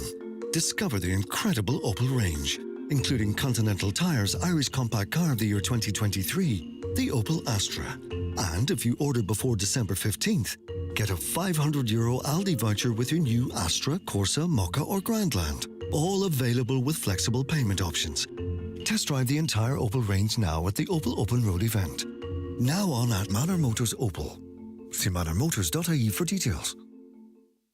Do you want the very best for your pet? At Gary's Pet World Letterkenny, we offer fantastic value on all your pet foods, accessories, grooming and pet care products. We cater for cats, dogs, rabbits, birds and fish, and open 7 days per week at Letterkenny Retail Park. Or you can browse and buy 24/7 at petworld.ie, and we will deliver to your home. Treat your pet with a visit to Gary's Pet World. It's what they deserve.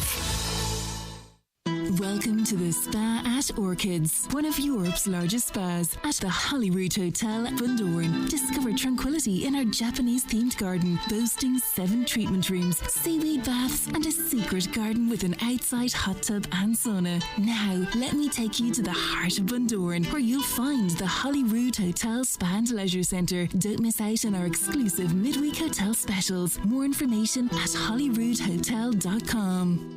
We're all going on holiday! How would you like to go on the holiday of a lifetime? Then why not join us for the Highland Radio Hoolie in sunny Salou? Spend 7 nights in the sun with some of Ireland's top entertainers, including Robert Mazzell, Jim Devine, Margot, Claudia Buckley, and many more, with live music all day, every day. Staying in the beautiful 4-star Sol Costa Jurata Hotel, this is a trip not to be missed. Book now by calling Country Music Tours on 074 9119 955 or email info@countrymusictours.ie. We'll see you in sunny Salou.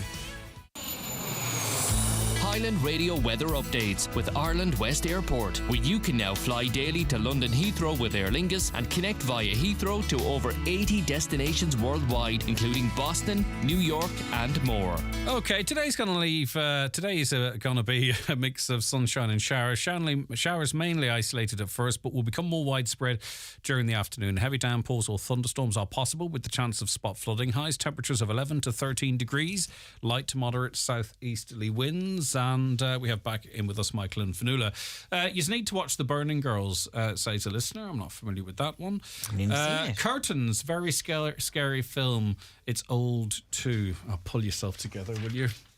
Does anyone... Why is no one laughing? That's hilarious. I'm giving it a good silent chuckle.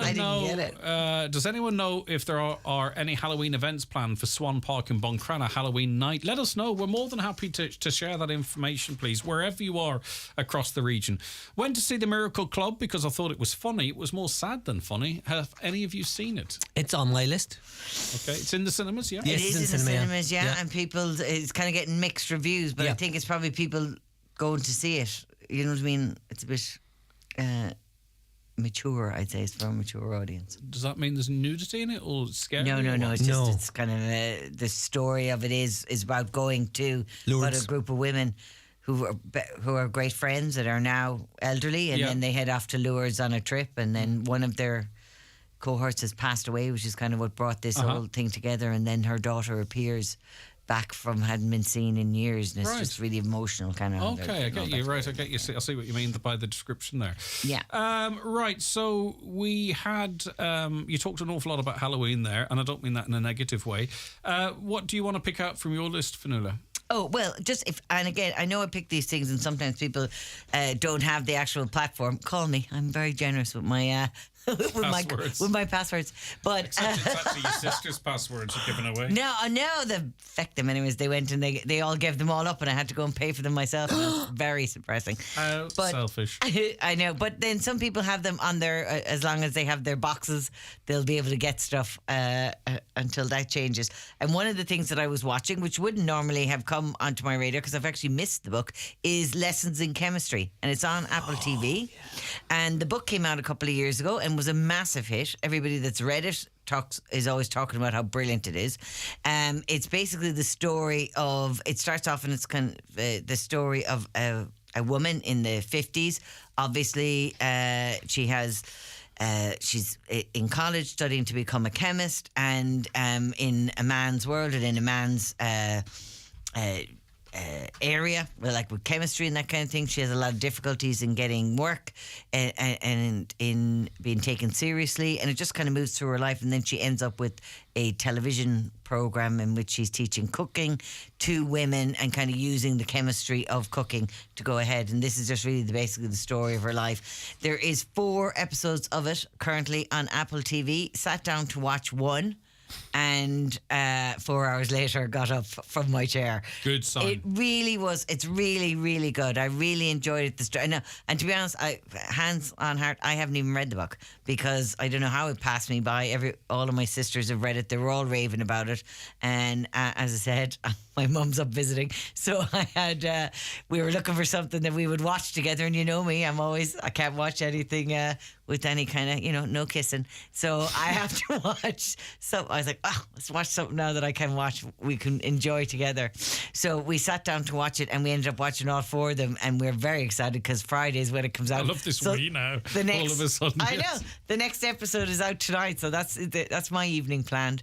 It's very good. Brie Larson is in it. She plays the main person in it. There's some fantastic cast. Nobody that you kind of know the names, but faces that you would have seen around about the place. But it's just a really strong story, and they've done really well. Even, as I said, people who've read the book, and often sometimes when you love something and then you see an adaptation of it, it can, dampen it or ruin it for you. But in this, everybody seems to be really happy with it, and I definitely recommend it if you can. Just a really nice story about the ups and downs in this woman's life. Really well written, very well acted. Loving it.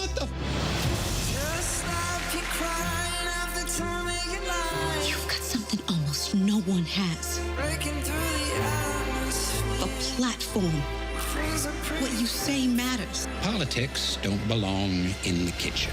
A man wants his wife to make him a drink after a long day at work. What? All right, okay, you can see the tone of it, all right. Yeah. Brilliant, okay, so wherever you can get your hands on it, Lessons in Chemistry. And you heard from Fionnuala there, sat down to start it and has watched everything that's available of it so 100%. far. So if you don't have Apple, get the book. Yeah, I talked last week about rewatching Mindhunter, yes, which was great. 2 series, brilliant. Not as good as the first time I watched it, but anyway, because I remember thinking it was brilliant. But be that as it may, so I thought, right, that sets me up for season 3. They're not making season 3. Oh yeah. I actually just thought that they were, because it's set up so beautifully for season 3, but apparently it's incredibly expensive, and the actors were released from their contracts, and they're not ruling it out into the future, but it's so expensive to make. I remember watching it and being disappointed that they stopped it, because it was really good. But don't let that discourage you, because there are 2 series with 2 stories, and yes, it sets up season 3, but you'd be, there's enough there. You can be satisfied. That it's not coming back, if that makes sense. Have you watched The Year That Rocked Irish Dancing from Anne-Marie in Glasgow? No. We're getting some pretty interesting suggestions. Yeah. Greg, funniest Halloween story has to be the Czech Catholic priest smashing pumpkins. Don't know, I never saw that. Ruth Codd from The Fall of the House of Usher is an Irish actress, and she's brilliant on TikTok. Okay. Oh, okay. Is she right? Okay. Interesting lady. Yeah, she's one of those people who's kind of rocked to stardom. I think she was a hairdresser only a couple of years ago. The Reckoning's on BBC One. Let's go to BBC. Yeah, this is a very serious. This is Steve Coogan playing Jimmy Savile. Okay. And this has been one of the big prestige BBC shows of the start of the new season. I watched one of them, the one, everything. This is all based on A Pack of Lies. That one, I watched that one, and then was The Woman in the Wall, which I didn't get around to watching. This one is Jimmy Savile's story, and it's first of all, Coogan's fantastic. Absolutely fantastic as Jimmy Savile. He was the voice of Jimmy Savile on Spitting Image. So he was well versed in the voice and mannerisms. And watching the first episode as I did, it's almost like watching Jimmy Savile brought back to life. Be that, exactly. Exactly. So I mean, it's certainly the older version. When he first appears on screen, I honestly, as the camera kind of swoops into the room, I thought, is that Jimmy Savile? Is this footage of Jimmy Savile? And part of my confusion was the fact that this is a drama, but it also has real people talking at the start and at the end. Mm-hmm. And during the run of the drama, they incorporate real photographs of the real Jimmy Savile with real celebrities. And I had an issue with that taking me out of the programme. My feeling is you're either one thing or another. You can't be a documentary for 5 minutes and be a drama for 50 minutes. For me. Okay. Reviews to this have actually been quite mixed. Is it a program that needed to be made? He's I don't know. An incredibly horrible character. Agree, we know all about it. Everything about what he did is disgusting. Yes. Yes, we have someone who can look a bit like him and do the voice, but even just watching the trailer and some of his behaviours and how he abused his position, I don't think it's the kind of thing I'd be too interested in watching. I felt the same way, and I don't know if I'll watch episode 2 of this either. My situation was the same as yours, having watched the first episode. He is a vile individual, and as a character in a TV show, there's nothing else to be said about him. They do not attempt to humanise him or explain his behaviour. They simply show in the first episode that, now this is pre-Top of the Pops, but he was still a very high-profile individual in his part of the country. So you see him doing horrendous things and getting away with it, and that happens a few times. Yeah. And beyond that, there's not much to say about him. Yeah. And I wondered, why did they do 4 hours of this? He's Do I need to watch? Such a horrendous character, Truly, and the people he exploited. Yes. I just don't really need to know if I need to see it dramatised. Yeah, exactly. Yeah. I think though it was done for American TV, right? And I think because when I've seen it and trailers of it, they talk about it being a very British, right? I get you. Kind of like a British scandal, one of these co-productions. A British, and I think that might be where the thing came from. And I suppose when you think of it, there's probably a lot of people in their 30s that wouldn't be aware. Really, are only aware of him I think are only aware maybe of the scandal and not really aware of who he actually was and how much. I mean, when I was younger, we all wrote to him. Jeez, I wrote to him and to Top of the Pops, 2 of the areas where young girls, turns out, were not safe. Well, it's very hard for them to show any top of the Pop shows now, because they're so toxic. It's terrible, but I don't know. So you may or may not continue. Yeah, I'm giving it like a 5 out of 10. I don't know. I'm just not in the mood today. With it's heavy going, Greg. It's heavy going for all the reasons you suspect. It is heavy going. You're probably right. We need to start thinking of something that's nice. Yeah, maybe we should do next week. We'll just do nice stuff. Michael Leddy, thank you very much indeed. Great fun. Great fun.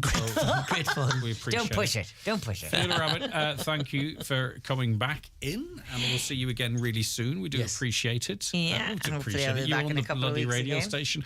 I don't think you've got about 10 seconds. I don't think you've publicly congratulated me on my award. Because I was very excited that you won your award, and I thought this is amazing. And your colleague, Caroline's award. I was very excited by our award, the station award. I think it's fantastic. Oh, she's so easy to get going, isn't she? But then I heard you the next day on with Lee going, "Oh, I don't mind. I don't do it for the awards." I was like, "Oh."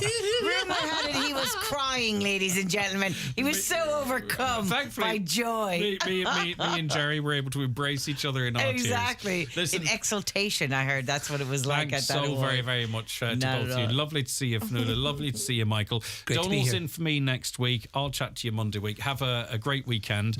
And if anyone needs to contact me for any particular reasons, you can still do so across social media. Don't worry about that. All right, chat to you later.